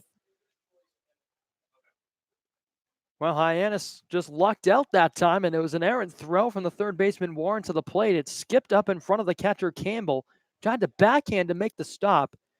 As Chad Gassman goes out to collect the guards from Brooks Carlson at second base, but a low, wide throw gets all the way to the backstop, and usually when there's a wild pitch here, it usually bounces off the brick back to the catcher. Not the case this time, as Campbell had to go retrieve it, and that resulted in the second run coming in to score. Bourne sent 10 to the plate in the top of the 4th. Rigsby Mosley, the 9th man to the plate here in the bottom of the 4th. It's 9-8 Harbor Hawks with the infield in. Pitch, swinging a foul back from Mosley. What a roller coaster of an afternoon. Tell me about it.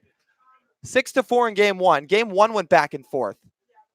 And game 2 says, anything you can do, I can do better.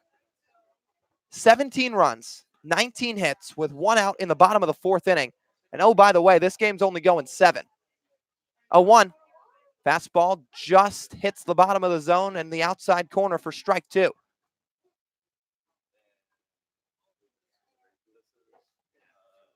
Julian stands at third, Carlson at second after the fielder's choice and E5. 0-2 from Woodward. Swinging a tap foul right side by Mosley. Was a breaking ball running away from him, but got a piece of it and slapped it toward the right side and toward the Bourne dugout to keep himself alive. Mosley today, at least in game 2, walked and scored in his first time around, then flew out to left. The entire infield in. Harvey Shapiro trying to keep Hyannis off the board any further. 2-2. Swinging a pop-up on the infield. Moving to his left, Jimmy Glowenke, the shortstop, makes the catch on the grass, and everybody stays put. So Mosley pops out for the second out. And that'll bring up Anthony Servideo. for his second at bat of the inning. So Servideo, one of 2 outs to this point, as he was responsible for the strikeout. The other, the Rigsby-Moseley pop out just a minute ago. But Servideo's got himself an RBI opportunity at hand. 9-8 Hyannis the score. Woodward fires home. Upstairs, it's 1-0. Each team scored 5 runs here in the 4th inning. Bourne scored 5, sending 10 men to the plate. Hyannis has scored 5. Servideo is currently the 10th man to the plate. Now the infield back with 2 outs pretty much straight up. Pitch, low and away, and it's 2-0. And Servideo had a really nice game 1. 2 for 3 with a pair of singles. And again, that bat's really starting to pick it up for Anthony. 2-0 from the lefty Woodward. It's up high, ball 3. So after that leadoff strikeout to Servideo, 6 straight base runners reached safely for Hyannis. Now the 3-0. Down low, ball 4. Anthony Servideo draws a 2-out walk. That reloads the bases, and it'll bring up Adam Hackenberg. What an inning. I mean, it's been absolutely just the wheels have been continuing to turn for both sides. We saw Bourne send 10 to the plate, like you just mentioned, Lyle, and now Hackenberg, the 11th man to hit for Hyannis in this inning. The bases have been loaded for quite a while now, and this is all coming with 2 down. So Hackenberg the hitter. It's a lefty-righty matchup. Clemson Tigers already scored twice today. Pitch. Breaking ball that drops in for a called strike. Hackenberg, of course, the 3-run home run in the second, was then hit by a pitch and scored earlier this inning. He was the man that came around on that Jordan Westberg 2-run homer. And Westberg currently stands on deck.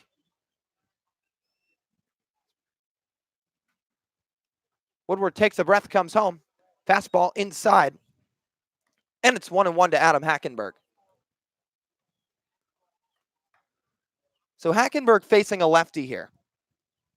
He struggled against left-handed pitching a little bit this summer. Where he's really thrived is against righties. The 1-1. Swing and a high pop-up. In play and into foul ground. Beloso coming over, and he makes the grab to end the inning. But the damage has been done. Hyannis sends 11 men to the plate, puts up 5 runs, and they retake the lead at 9-8. We're through 4 at McKeon Park, and we'll be back for the top of the 5th. It's Hyannis 9, Bourne 8 on the Cape Cod Baseball Network.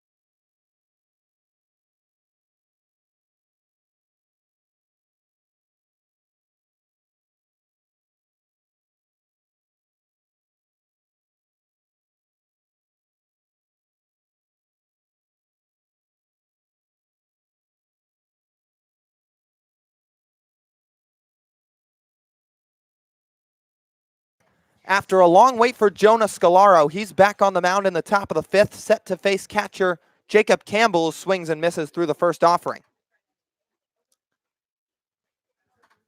So Campbell last inning, with an RBI single, he also would score later.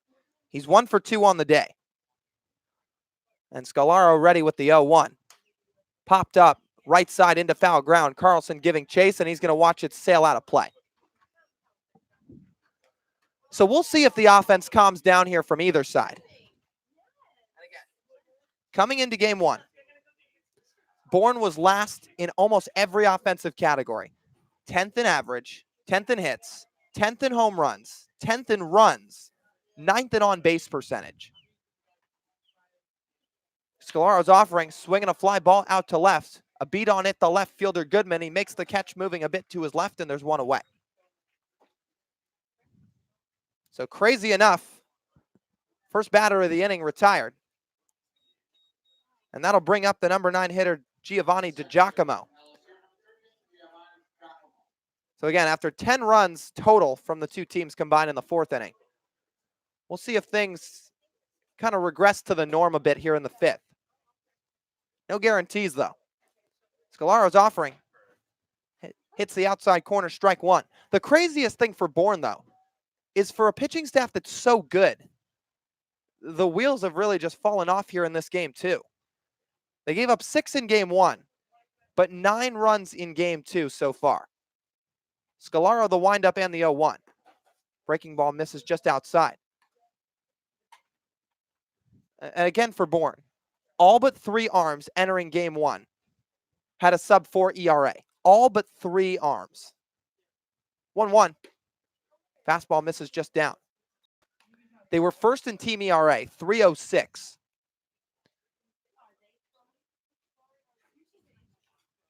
And they just find ways to get guys out. They don't strike a whole lot of batters out, as the pitch from Scalaro misses upstairs. But Bourne just finds ways to get guys off the base paths. Today, however, not the case. Bourne 1 in the first, 2 in the third, 5 in the fourth. Hyannis 3 in the second, 1 in the third, 5 in the fourth. Scalaro's offering, good for a strike, hits the outer black, and it's 3-2. So Scalaro looking for back-to-back outs here.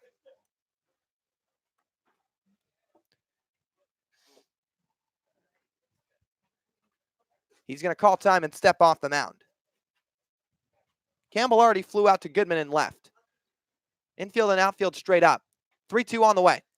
On the outside corner, got him looking. Jonas Scalaro freezes the hitter Giovanni DiGiacomo, who strikes out for the second time in as many at-bats. And there's 2 outs in the top of the 5th inning for the leadoff man, Judd Fabian. So Fabian steps to the plate, and let's not forget, Brendan, we've been engulfed in the Jordan Westberg hurricane over the last few days. And in this game, even more than even zooming the lens in a bit closer. But to go back to Judd Fabian, he's still just a triple away from the cycle here. And again, a guy who hits at the leadoff spot can steal some bags and has some speed. It's not impossible. Offering from Scalaro a breaking ball down. So, long story short, the 2 leadoff men for each team making quite the impact today.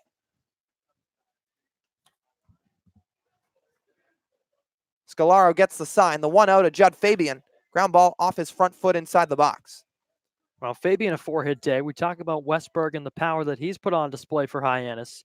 At the top of the lineup for Hyannis, he had 2 hits in game 1. Picking up 2 more, so he's had a 4-hit day all told. So the 2 leadoff men, like you said, making a huge impact for their 2 respective ball clubs. Scalaro winds and fires the 1-1, swing and a miss from Fabian. But just in this game 2 combined from the leadoff hitters Westberg and Fabian, 5 hits, 4 extra base hits, 2 home runs, and 4 runs scored. Now the 1-2. Breaking ball away, count evens.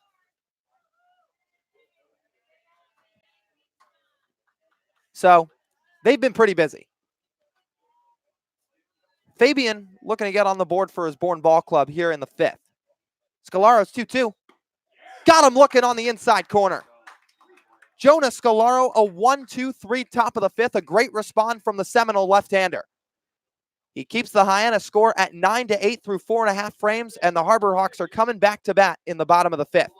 Top of the order due up, Jordan Westberg, Rowdy Jordan, and Jared DeSantalo. And we'll have that for you on the other side of the break.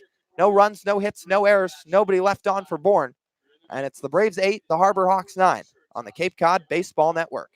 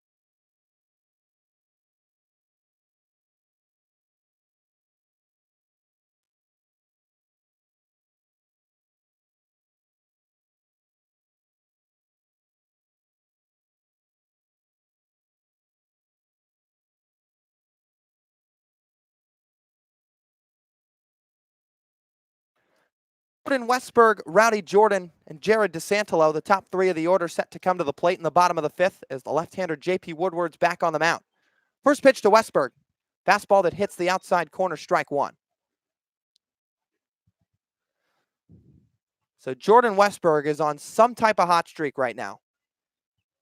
He's only in his third game with Hyannis. He's already got 5 extra base hits. 0-1. Inside, and the count evens 1 ball, 1 strike. Westberg had 29 extra base hits in his season at Mississippi State.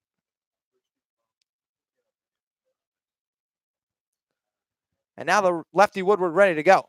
Pitch, swinging a fly ball out to the gap in left center field. Rivoli giving chase. That's going to drop between the outfielders. Westberg on his way to second. He's going to stand up with no play. And Jordan Westberg, 6th extra base hit in 3 games. Are you serious? What other words do you have for this guy? I mean, the way he's been swinging the bat, I mean, we talked about the 3 home runs already. We know that. But this time, pulling the ball into the alley in left center. And off the bat, that one looked like it had a chance to get out of here on a line. But we'll take an extra base hit all day long. And this guy has just been absolutely an on-base machine at the top of this order for Chad Gassman. Okay, so it's his 5th extra base hit. So it's his 5th, his 3rd in the ball game. He had 2 singles in game 1. Rowdy Jordan's now the hitter, but unbelievable. First offering, called strike. It's 0-1. So Westberg in the game just regarding game 2. A double, a walk, a 2-run home run, and a double. Jordan now to the right side facing the lefty J.P. Woodward. The offering, swing and a number in the air, past the glove of the second baseman Morissetti, skips into right field. Westberg moves up to third. Jordan stands up at first. And there's runners on the corners here in the bottom of the 5th with nobody away. So Rowdy Jordan just nubs one off the handle of the bat in the air to the right side. Morissetti, who was shifted to his right, tried to come back to his left and make the play. Gave a diving effort, couldn't do so. And now runners are on the corners. 15 now.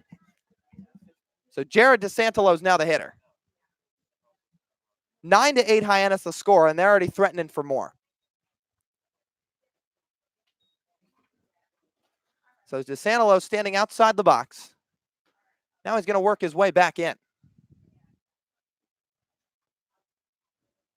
The lefty Woodward fires home. Fastball way up high, and it's 1-0. DeSantalo back in the 3rd inning hit his first home run of the summer. A towering shot out to straightaway center field. His 2nd extra base hit in 2019 with the Harbor Hawks. pitch, swing and a miss, count evens at 1-1. So Jared's been hitting the ball all over the yard, but it's been a lot of singles up until that home run just a couple innings ago. And Jared has some sneaky power. I mean, if you watch his batting practices, he puts balls out of the yard pretty consistently. Now the 1-1 misses outside, 2-1 the count. But it's just sometimes a bit different in games. I mean, Jared said about it regarding all the base hits he's been getting. He says, look, when everybody's throwing you away, you just kind of have to take what you're given. When you get fastball away, it's not so easy to hit a lot of home runs. 2-1, that misses outside, 3-1. He said he hit a few homers in high school, nothing too crazy. He had 2 in his sophomore year for FAU. So yeah, when guys work a ton of fastballs away, it can often make it hard, and especially as time's called, especially up here in the Cape League, when every arm you face is somebody's top bullpen arm or Friday starter. 3-1 to Jared. Down low, and he walked him. Santalo reaches base for the 3rd time tonight, gets issued back-to-back walks, and he's on at first to load the bases. So Rowdy Jordan up to second, and now they'll bring up Hunter Goodman. When asked about the arms here up on Cape Cod, he said, yeah, you can definitely notice the difference. No disrespect to the arms he faces at Florida Atlantic, but again, the Cape League is just a whole nother level of talent. Facing pretty much everyone's top arm or two at their respective school. Pitch to Hunter Goodman. Breaking ball that hits the outside corner. So Jared taking what he's been given this summer, and it's worked out pretty well for him. There's no question about it. Hitting .370 on the season and just hit his first home run earlier in the game. Goodman watches a fastball down in the dirt, gets away from the catcher Campbell, and Westberg's going to walk home from third. Jordan moves up to third. Santalo up to second, and it's 10-8 Harbor Hawks in the bottom of the 5th. So a wild pitch gets away from J.P. Woodward. It advances everybody 90 feet and plates the 10th run for Hyannis.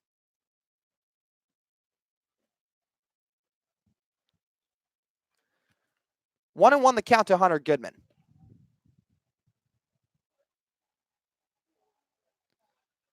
He's outside the box, just resetting for a second. J.P. Woodward still working from the stretch, although he doesn't have to be. And now Bourne's going to move all their infielders in to try to keep Hyannis off the board any further. Pitch to Goodman. Upstairs. 2 balls, 1 strike the count. So Goodman, 3 home runs on the season. 6 extra base hits in total. Offering, swinging a high drive, deep left field. This ball is torched.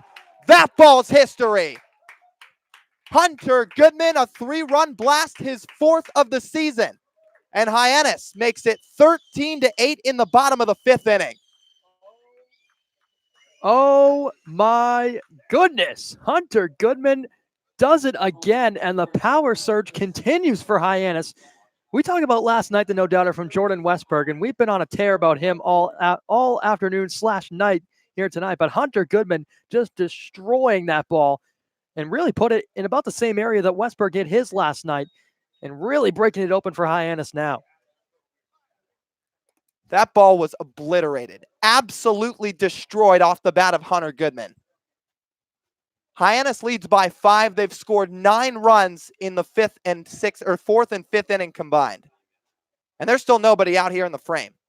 Harvey Shapiro is going to make his way out to the mound. There is yet to be a Bourne arm start to get loose any further, never mind, one's just waiting to come in. Woodward's day is over. He'll exit with nobody out in the bottom of the 5th, and Bourne's going to bring in a right-hander on the other side of the break. It's Harbor Hawks 13, Braves 8. We'll take a quick break and rejoin you in just a minute on the Cape Cod Baseball Network.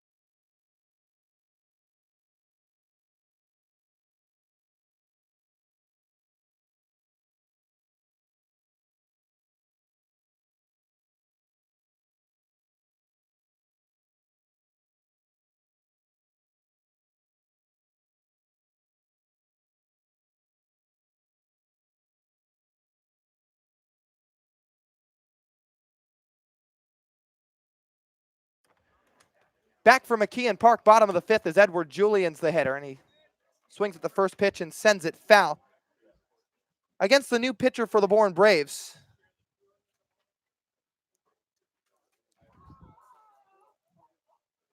It'll be Nick Trogerlick-Iverson, the man on the mound. He's the right-hander out of Gonzaga. Pitch to Julian. Good for a strike on a fastball. It's 0-2. So Trogerlick-Iverson comes in with a clean slate. J.P. Woodward's day ends after throwing just 2/3 of an inning. Now the 0-2. Got him looking right at the bottom of the zone with an off speed. Julian punches out. 5 batters into the inning with 4 men scoring. That's finally the first out. So Julian makes it 2 for 4 on the night, and it'll bring up Brooks Carlson.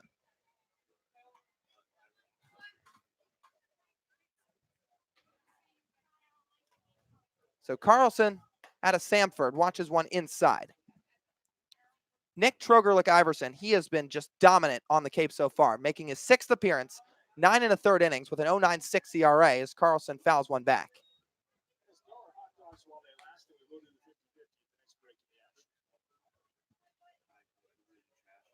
So 1 down. Carlson will step out of the box as he calls time. Hyannis is leading 13-8 here from McKeon Park. Now the pitch from Trogerlick-Iverson. Ground ball to the third baseman Warren. Fields cleanly, fires to first in time, and Carlson's retired. 2 away. This will bring up Rigsby Mosley. Now, Brendan, tarp starting to come over the bullpen down the left field line for Hyannis. No rain has come across yet, although there is some expected within the next 10 to 15 minutes or so. However, because this is a 7-inning contest, only 4 innings have to be completed, and Hyannis had the lead after 4.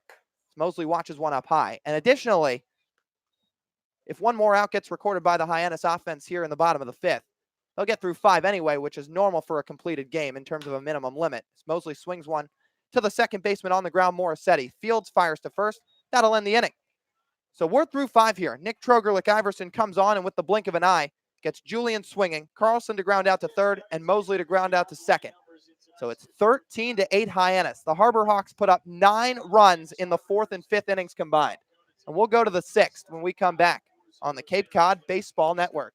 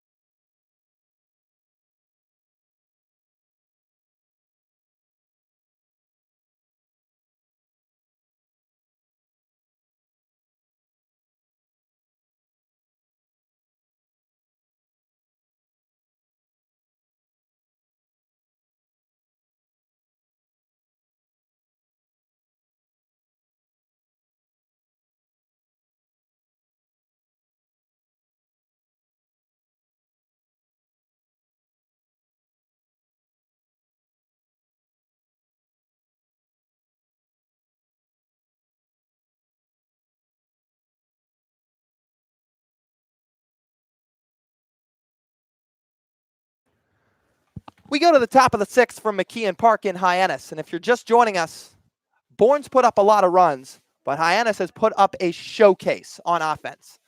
13 runs through the first 5 innings, 9 in the last 2 frames. And it brings up switch hitting Xavier Warren from the right side. Jonah Scalaro back on the mound, fires home. It's down low, 1-0. So Scalaro back on the mound. He was part of that 5-run Bourne top of the 4th inning as he fires home up high to Warren. Now, none of the runs were credited to him. Those were given to Connor Ash. So Scalaro's line pretty clean tonight. Inning and 2/3, 1 hit, no runs, no walks, 3 strikeouts. Scalaro winds, fires home. Misses outside, 3-0 the count. 1 defensive change for Hyannis. Hunter Goodman's night is done. He's going to be replaced by Bryce Teodosio in left field. And Scalaro's ready with the 3-0 offering. Fastball that hits the inside corner. It's 3-1. So Goodman's day ends with a bang, to say the least. A 3-run missile out to deep left center, way out into the trees beyond McKeon Park. Now the 3-1, swinging a high pop-up into short right field. Servideo going back, Mosley coming in, but Servideo trying to take charge, and he makes the catch over the shoulder. So Servideo kept backpedaling back and back. Looked like it was going to be a close call at the end, but he makes the grab over the shoulder for the first out. So Warren retired. Cade Beloso now the hitter. Beloso today, 1 for 2, a single, a walk, and a run scored.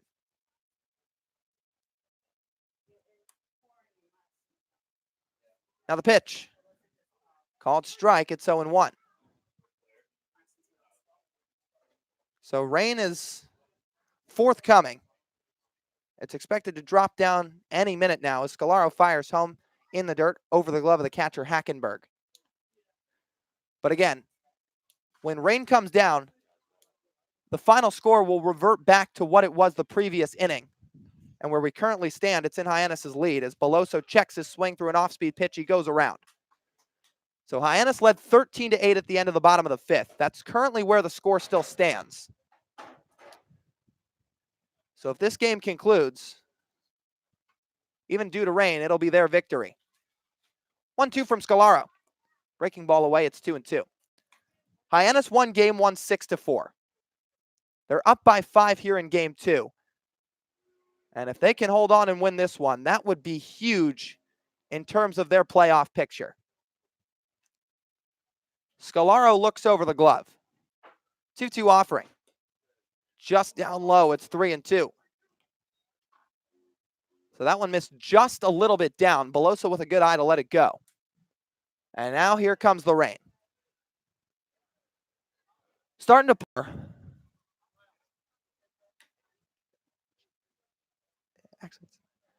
Pitch to Beloso's fouled away. So the rain coming down, it isn't absolutely drenching yet, although fairly heavy enough. And yeah, here it comes. It's about to just let loose. And the 3-2 from Scalaro. Line drive out to center. In comes Rowdy Jordan. It drops in front of him for a base hit. Stood up on his feet, kind of one of those in-between plays where he didn't dive to try to make a catch and kept it in front of him for a hit.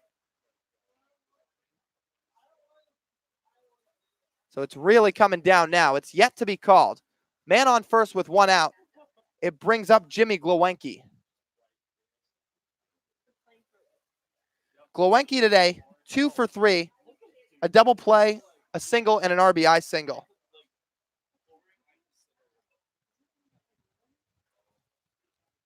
So Scalaro into the stretch. He fires home the first pitch. The Dallas Baptist shortstop watches it down for ball 1. So again, 5th inning.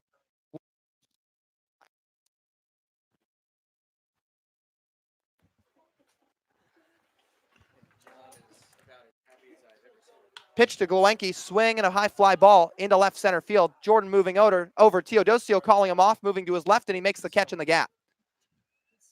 Glowinski's retired. 2 away with 1 on. It'll bring up Cody Morissetti, and it is still pouring here. They have yet to call the game. So Bourne, oh, now they're going to call it off. So they're going to bring him in. The umpires are going to get together and try and rule something.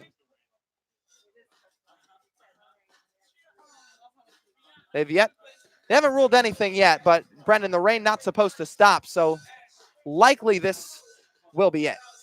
Yeah, and the rain's coming down at a pretty alarming rate right now, and absolutely pouring here as Hyannis trotting across the field to go get the tarp. When we saw the Hyannis bullpen putting tarps on the pitcher's mound down the left field line, expecting this rain to come, and we knew it was coming. We could see the clouds rolling in, and like you said, not forecasted to stop anytime soon, so we'll see what the umpires decide to rule officially. Well, they're going to talk some things over for now. But Brendan, while they talk some stuff over, let's talk over the absolute offensive explosion from this entire team here in game 2. I mean, 4 home runs. Keep this in mind. coming into today, Hyannis as a team had 10 home runs. In this game, so in just 5 innings, they've had 4. Hackenberg with a 3-run shot. Santalo with a solo shot. Goodman with a 3-run shot. Jordan Westberg with a 2-run shot. I mean, it's almost looked too easy for him here in game 2. I mean, they've just been piecing up everything that these Bourne Braves arms have thrown at him. Hunter Goodman with a no-doubt home run is the most recent long shot for Hyannis. But Jordan Westberg, we talk about him time and time again. He's just been absolutely phenomenal. How could you not mention him at the top of the order for Hyannis tonight? The first 3 games he's been here, he's made the biggest impact out of anybody in the lineup. It's just been unbelievable what he's been able to do. But the offense as a whole, 13 runs on just 10 hits. And Bourne's actually out-hit Hyannis by 4. They have 14 on the board, but still trailed by 5 in the runs column. So Hyannis has just capitalized on the free passes that Bourne's been giving up. And it's really odd to see because we talk about so much how much Bourne's pitching staff has carried this team to this point. So it's very odd that these Bourne arms, just you mentioned 3 arms, only 3 in the entire Bourne staff with ERAs +4. Well, the Bourne staff has been absolutely incredible through their first 19 games of the season. But as we're still waiting for a decision here, we'll look at what went wrong for the Braves on the pitching side thus far. Sean Harney, the right-hander out of UMass, through 3 innings, he was okay. He kept his team in the game. 3 innings, 4 hits, 4 runs, they were all earned. 3 walks to 2 strikeouts. But once they went to the bullpen, the wheels just came off for him. Kerry Wright lasted a third of an inning. 1 hit, 5 runs, all of them earned. 2 walks, 1 strikeout, and 2 hit by pitches as well. Then J.P. Woodward, the left-hander from Lafayette, tried to come in and at least keep things at bay and clean things up a little bit. The floodgates only opened up even further. Jordan Westberg hit his 3rd home run of the season, 2nd to the opposite field. And then Hunter Goodman hit what I'm going to call, Brendan, the longest home run we've seen from a Harbor Hawk this season. Jordan Westberg hit an absolute bomb last night, but that one from Hunter Goodman was out here in maybe 3 seconds, and it must have cleared by 50 feet. That's a pretty fair assumption to say that it's the farthest one we've seen. I mean, we've seen some pretty far home runs from Hyannis this season, Westberg being one of them, Goodman having a handful of them. But that one, like you just mentioned, an absolute moonshot as the rain comes down even harder here at McKeon Park. Not sure they're going to be able to finish this one tonight. Yeah, it's not supposed to stop anytime soon. Now it's only getting worse. It's drenching here at McKeon Park. Both teams in their dugouts just trying to take cover and avoid the wet rain. Now to look at what's happened on the Hyannis pitching side so far today. Jonathan Hughes, the right-hander out of Georgia Tech, got his first start, his first appearance on Cape Cod here with the Hyannis Harbor Hawks. He went 2+ innings, 6 hits, 3 earned runs, didn't walk anyone, didn't strike out anyone. And then he was relieved by Connor Ash. Now, Ash had a little bit of a tough outing, and maybe one could argue his toughest of the season because he only lasted an inning and a third. Ash gave up 6 hits, 5 earned runs, 1 walk, and 2 strikeouts. Ash, a guy who's been so dominant out of the bullpen so far this season, but just kind of one blip on the radar as a Bourne offense who, for whatever reason, things have just been clicking for him here today, got the better of him this afternoon. But then Jonah Scolaros came in. He was the last man on the mound before this game was currently suspended for rain. But Scolaro, up to this point, 2 1/3 innings, 2 hits, no runs, no walks, 3 strikeouts. So he had that tough outing at YD on the 4th of July. That was just 2 days ago. But he's really bounced back in a nice way because don't forget, he had a really good outing at Orleans. And now he's back here at McKeon getting his first outing at home. And he's practically locked it down for Hyannis since entering the game. And he spotted up his fastball really well, which is good to see because he lost command of it a bit 2 days ago at YD. We talked about that a little bit. The YD offense, which has, of course, been very potent for the Red Sox all season long, carrying them to 3rd place in the Eastern Division. But for Scolaro to bounce back like that in an outing tonight has really been a sight to see, and it's a great sign going forward for a Hyannis bullpen that's really struggled to this point. Well, up to this point in the ball game, Bourne has scored 8 runs on 14 hits. They've committed 1 error. Hyannis has 4 less hits than them, but they have 13 runs on the 10 hits. They have not committed an error. And if the game were to be called, they have played enough for it to be ruled an official game here on Cape Cod. And if it is called, Hyannis would win 13-8, but still no official decision here yet. While both teams sit in the dugout and just try to wait things out. We're going to take a quick break here on the Cape Cod Baseball Network. It's 13-8 with 2 outs in the top of the 6th inning from McKeon Park. Lyle Goldstein, Brendan Howe here with you. We'll take a quick break, but join us in a little bit on the Cape Cod Baseball Network.